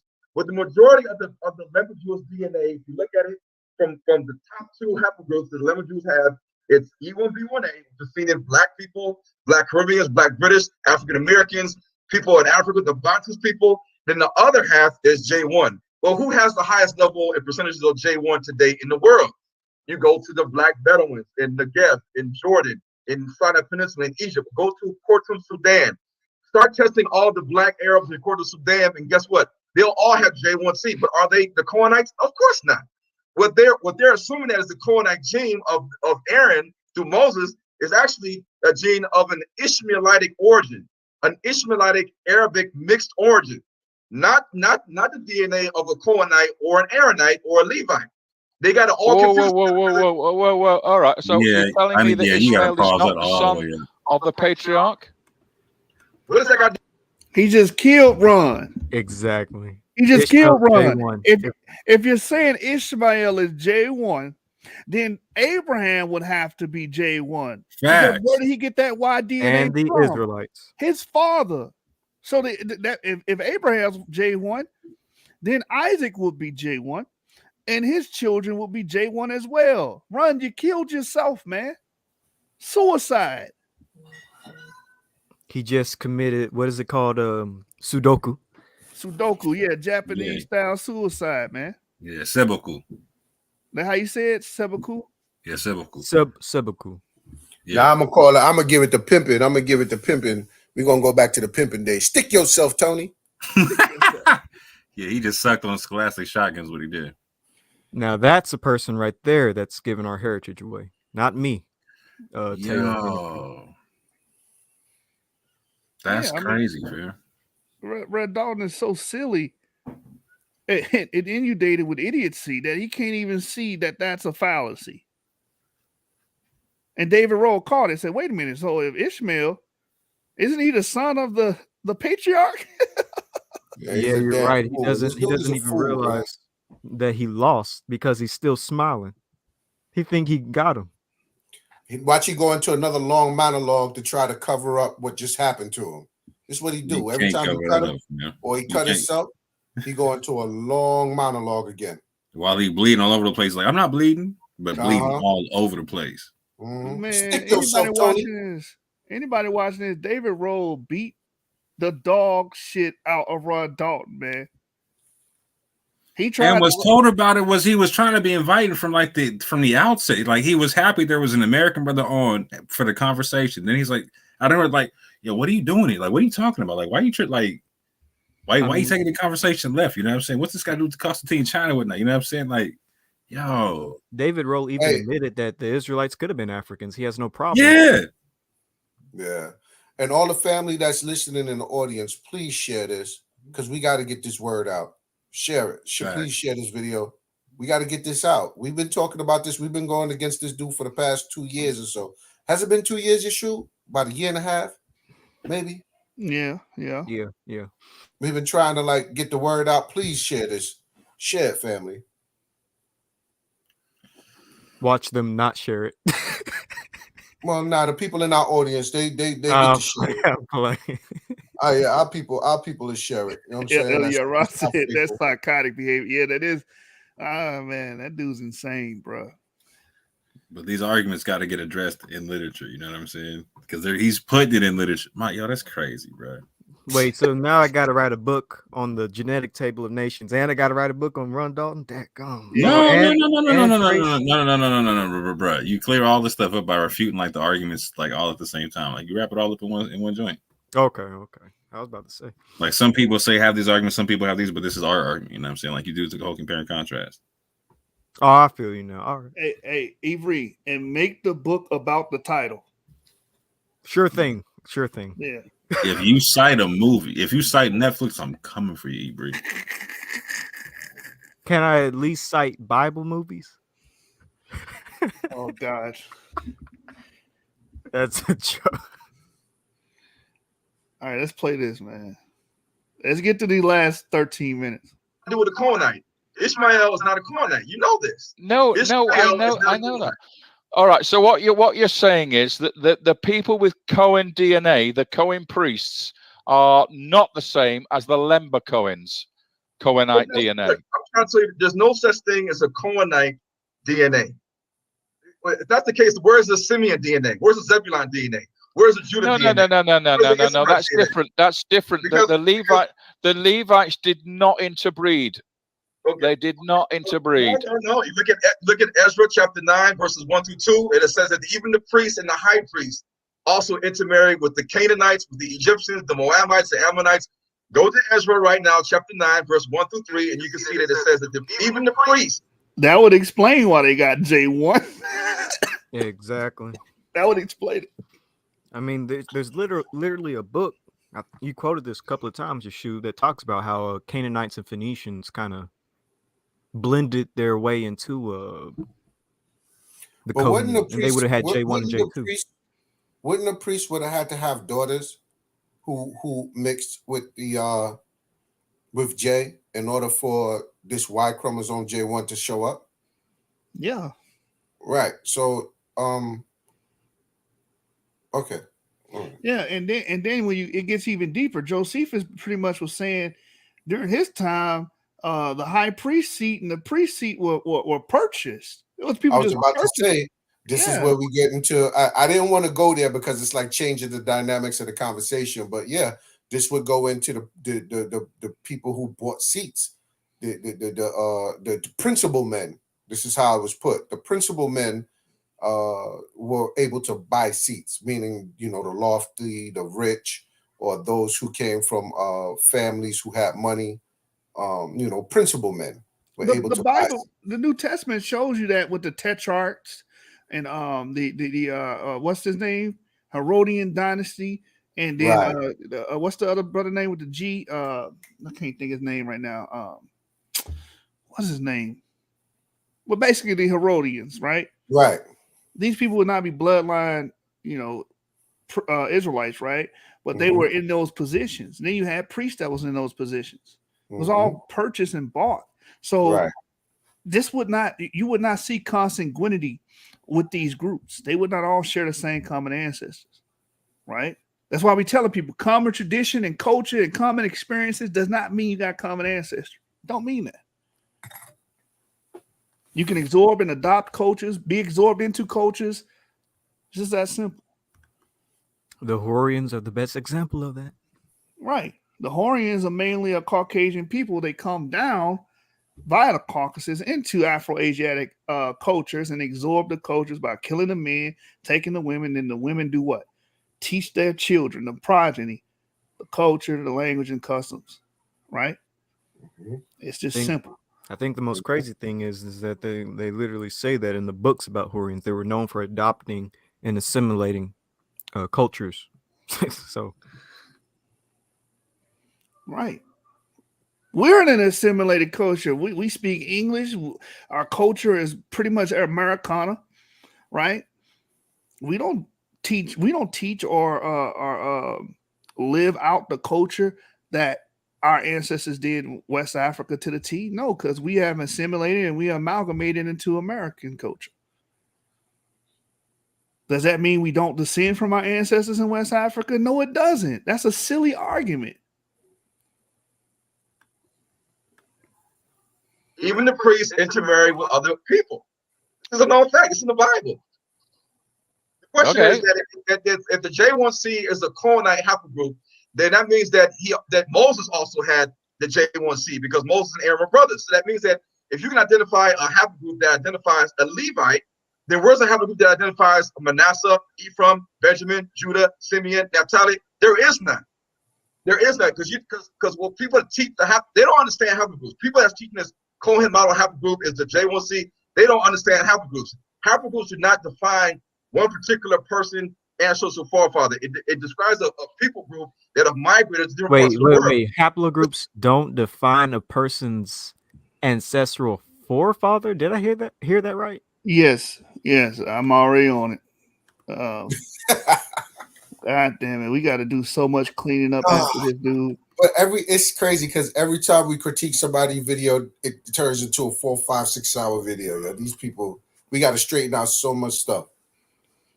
All right, so a haplogroup is a genetic population group of people who share a common ancestor on the patriline or matriline. That's the mother side or the father side.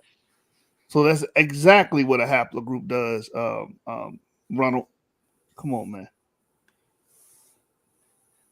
This is pseudoscience, man. His story changes as he needs it to change, yo. It's ever evolving, just like Jacob Israel's presentation. Yeah.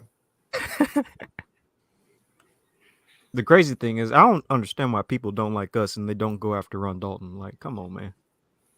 Because they think that he's, he's a high priest. Yeah, exactly. Remember, what is his? He calls himself Levi something, right?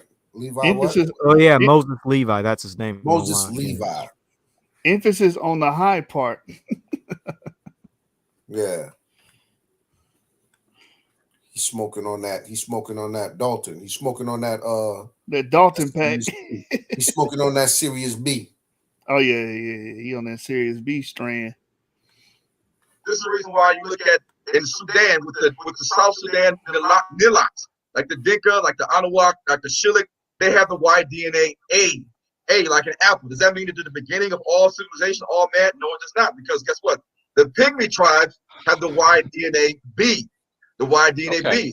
But does that mean that the Pygmies are the sons of the Dinka tribe and the Nilots? No, it does not. So when you look at Y DNA, we cannot just say this Y DNA right here correlates to Levi, and the Aaronites. That's false. That's false teaching. You got Jews that say that the Y DNA are Trevor.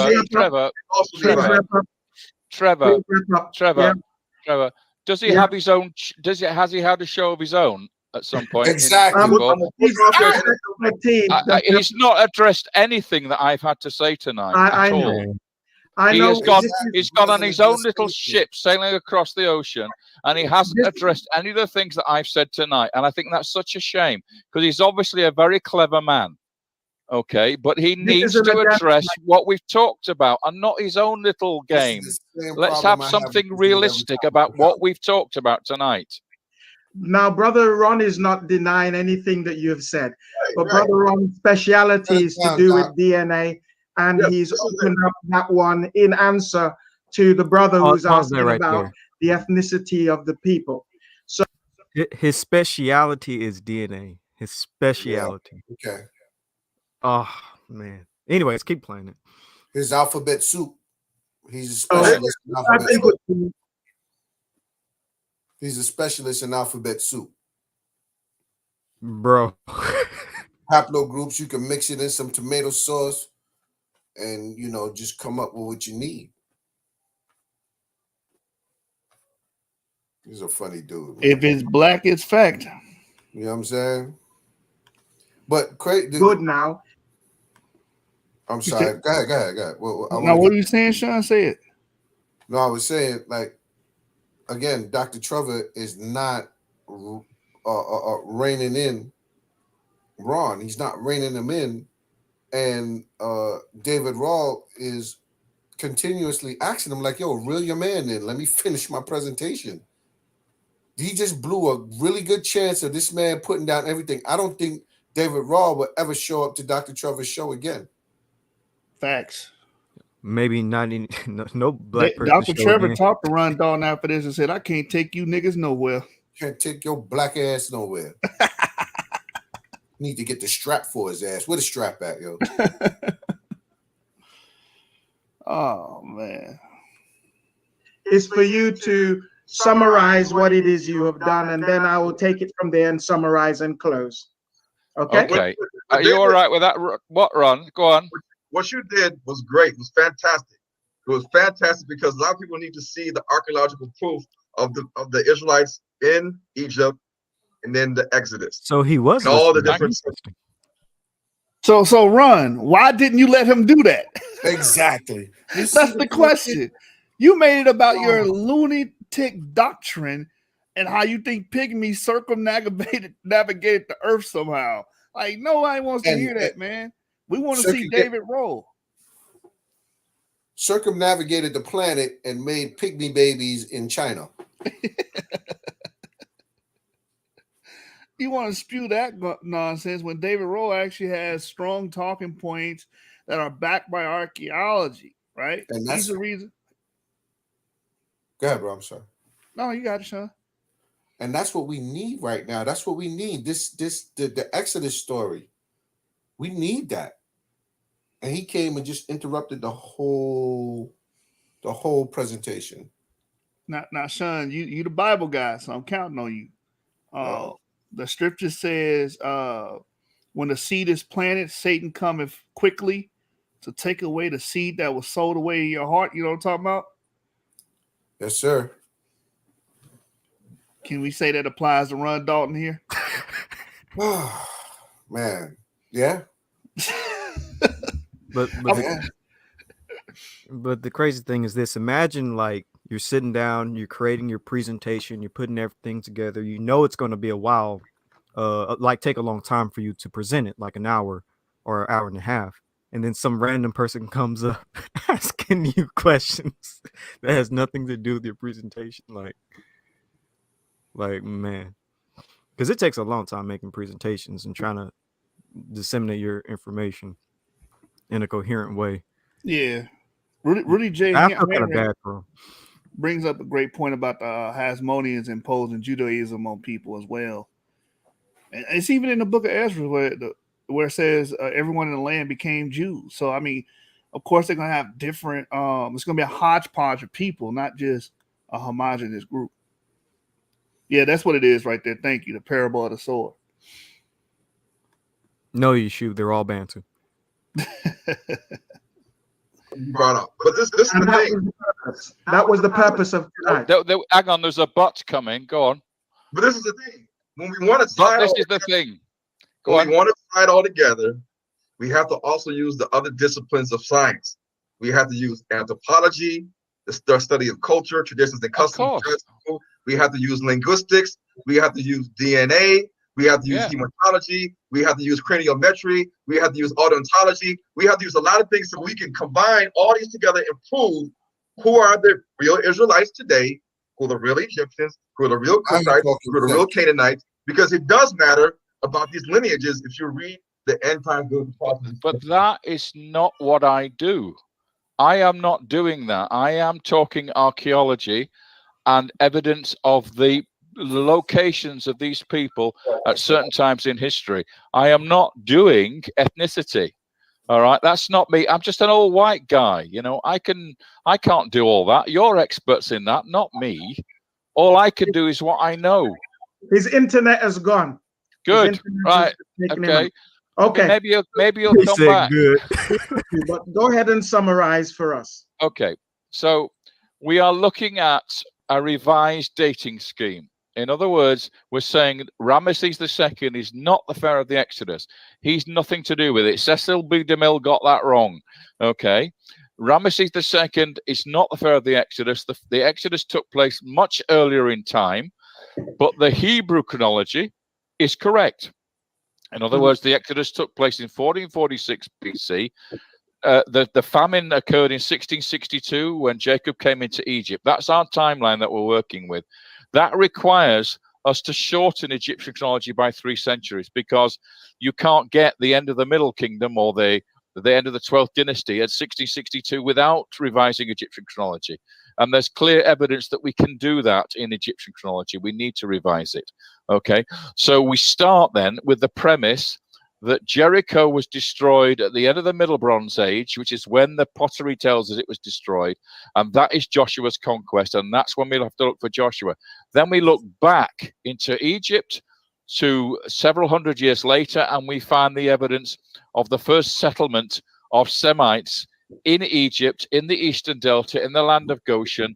We find a palace of a very, very high, important official and a tomb there, which is a pyramid tomb of a Semite, somebody who was wearing a multicolored coat, somebody whose grave was entered, and the body and the coffin was removed and taken somewhere else.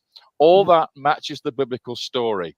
We have a journey, a route through Sinai, which is verified by inscriptions that are in Proto-Sinaitic, which turns out to be Hebrew. That is now demonstrated. We know where the Sea of Reeds was. We know where the crossing was. We have an explanation for the parting of the waters in science, which has been demonstrated. All this takes us back to Jericho and the conquest of Jericho and the conquest of Hatzor and the setting up of the covenant stone in Shechem. All that is there in the archaeology, so long as we look for it in the earlier period. And that's what we have to do. The people who deny the biblical story because there's no archaeology are simply looking in the wrong time period. That's the basis of the argument. Wonderful, wonderful. I got to get your at least one comment. This presentation and discussion has been brilliant. I need to go now for some other reason. So the issue has been that in terms of the stuff we were talking about the nations, much of that information is in the Apocrypha, because the Ethiopian canon of the Bible, which was canonized long before anyone else ever put a book together, shows all of those details about where the nations come from and who are Hamites, who are Shemites, and who are Japhethites. That detail is covered in the Bible if people will look for it. Sure. What happened is that Brother Ron is looking at the big picture and saying, you know, these are the things that are missing from the argument, not just archaeology. It has to do with DNA. It has to do with this and that. Well, I agree with you, but you can't expect an old white guy to join into that, because I don't know anything about it. No matter what color you are, you have fulfilled your assignment tonight, and we thank you very much for it. You have dealt with the archaeology and the history, and you've even managed, which we didn't expect, to put some of that together with Bible and say that the chronology of the Bible is correct, albeit that people are looking for the evidence in the wrong time period. So you've done a great job, and to Yah we say thank you, hallelujah, because this is information that is needed by the general Israelite community to understand that the Bible is not an excuse. The Bible is not a lie. The Bible is what it is, the word of the Most High, our history.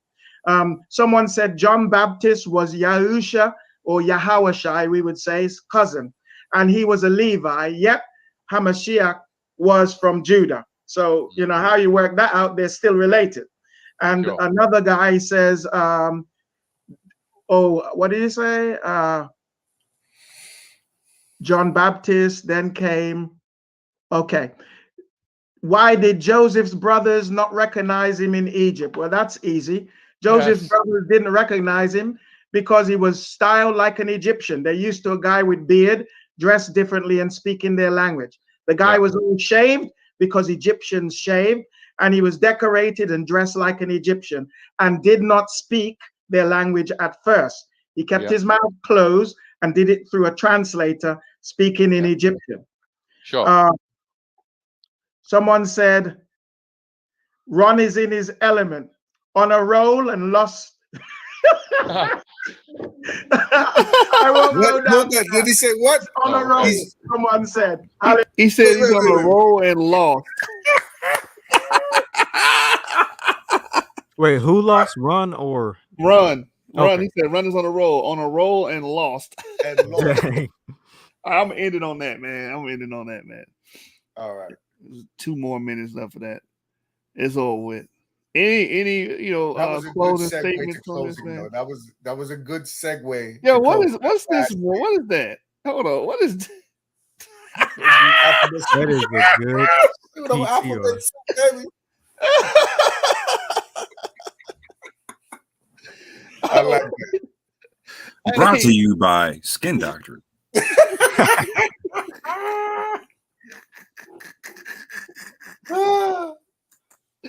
Hey, boy, snuck that in there, man. I know, right? Boy, we got it. Boy, that was a good one, bro. Oh man. All right, man. Round table. What do y'all think? Closing thoughts on the buffoonery that we seen from Mr. Ronald McDonald Dalton. Closing thoughts are David Rohl will never end up on our show because of this. Yeah, I agree. I think he pretty much damaged everybody with this. He probably think twice before he get on an Israelite platform again. I'll tell you that. Anybody else?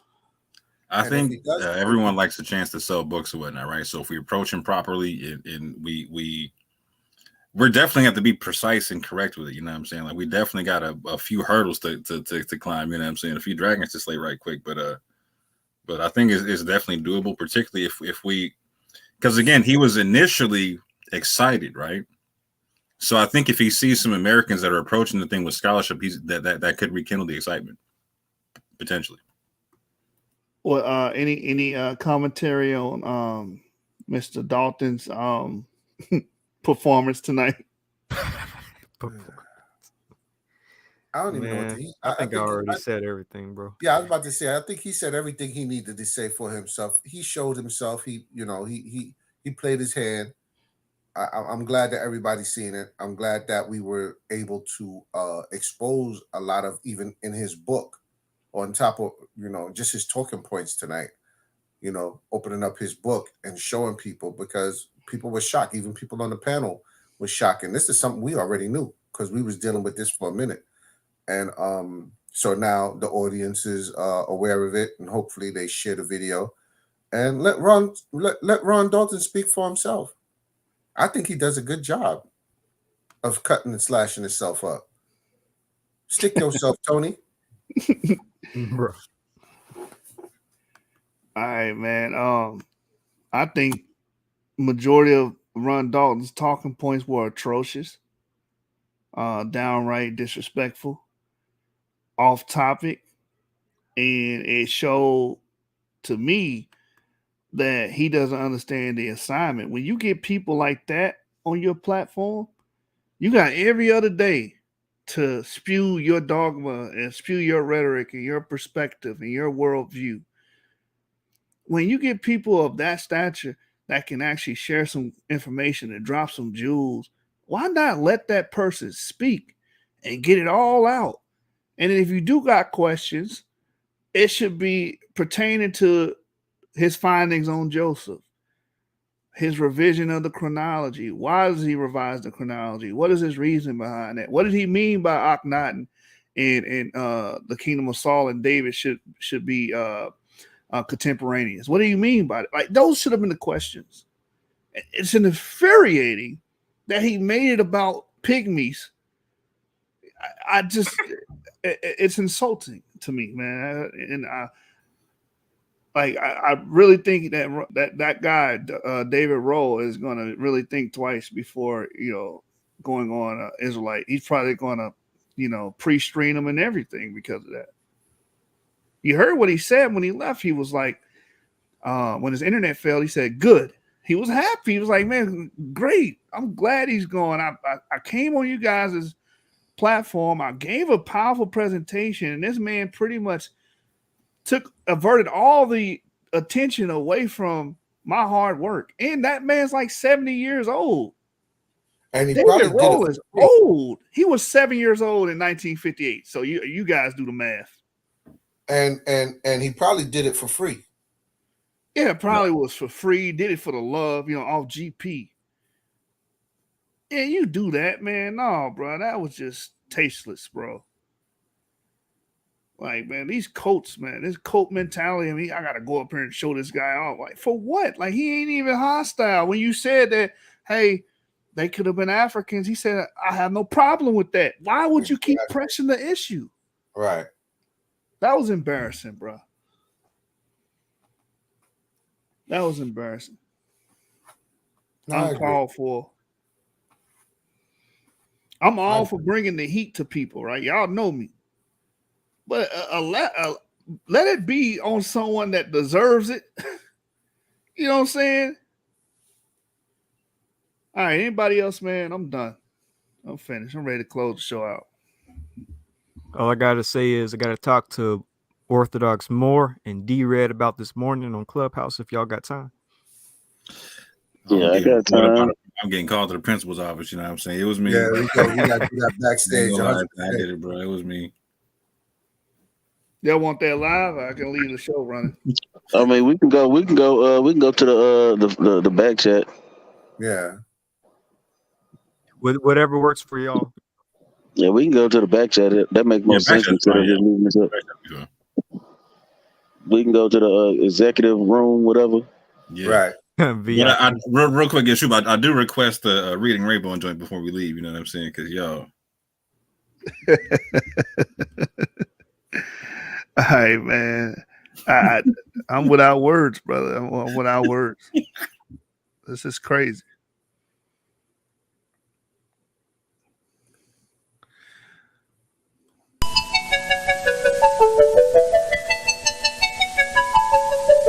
Butterfly in the sky, I can go twice as high.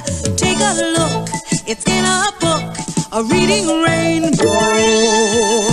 I can go anywhere, friends to know and ways to grow, a reading rainbow. Yep, we out. We serving them hibachi meals. We out. Yeah. Yeah. Yeah. Yeah.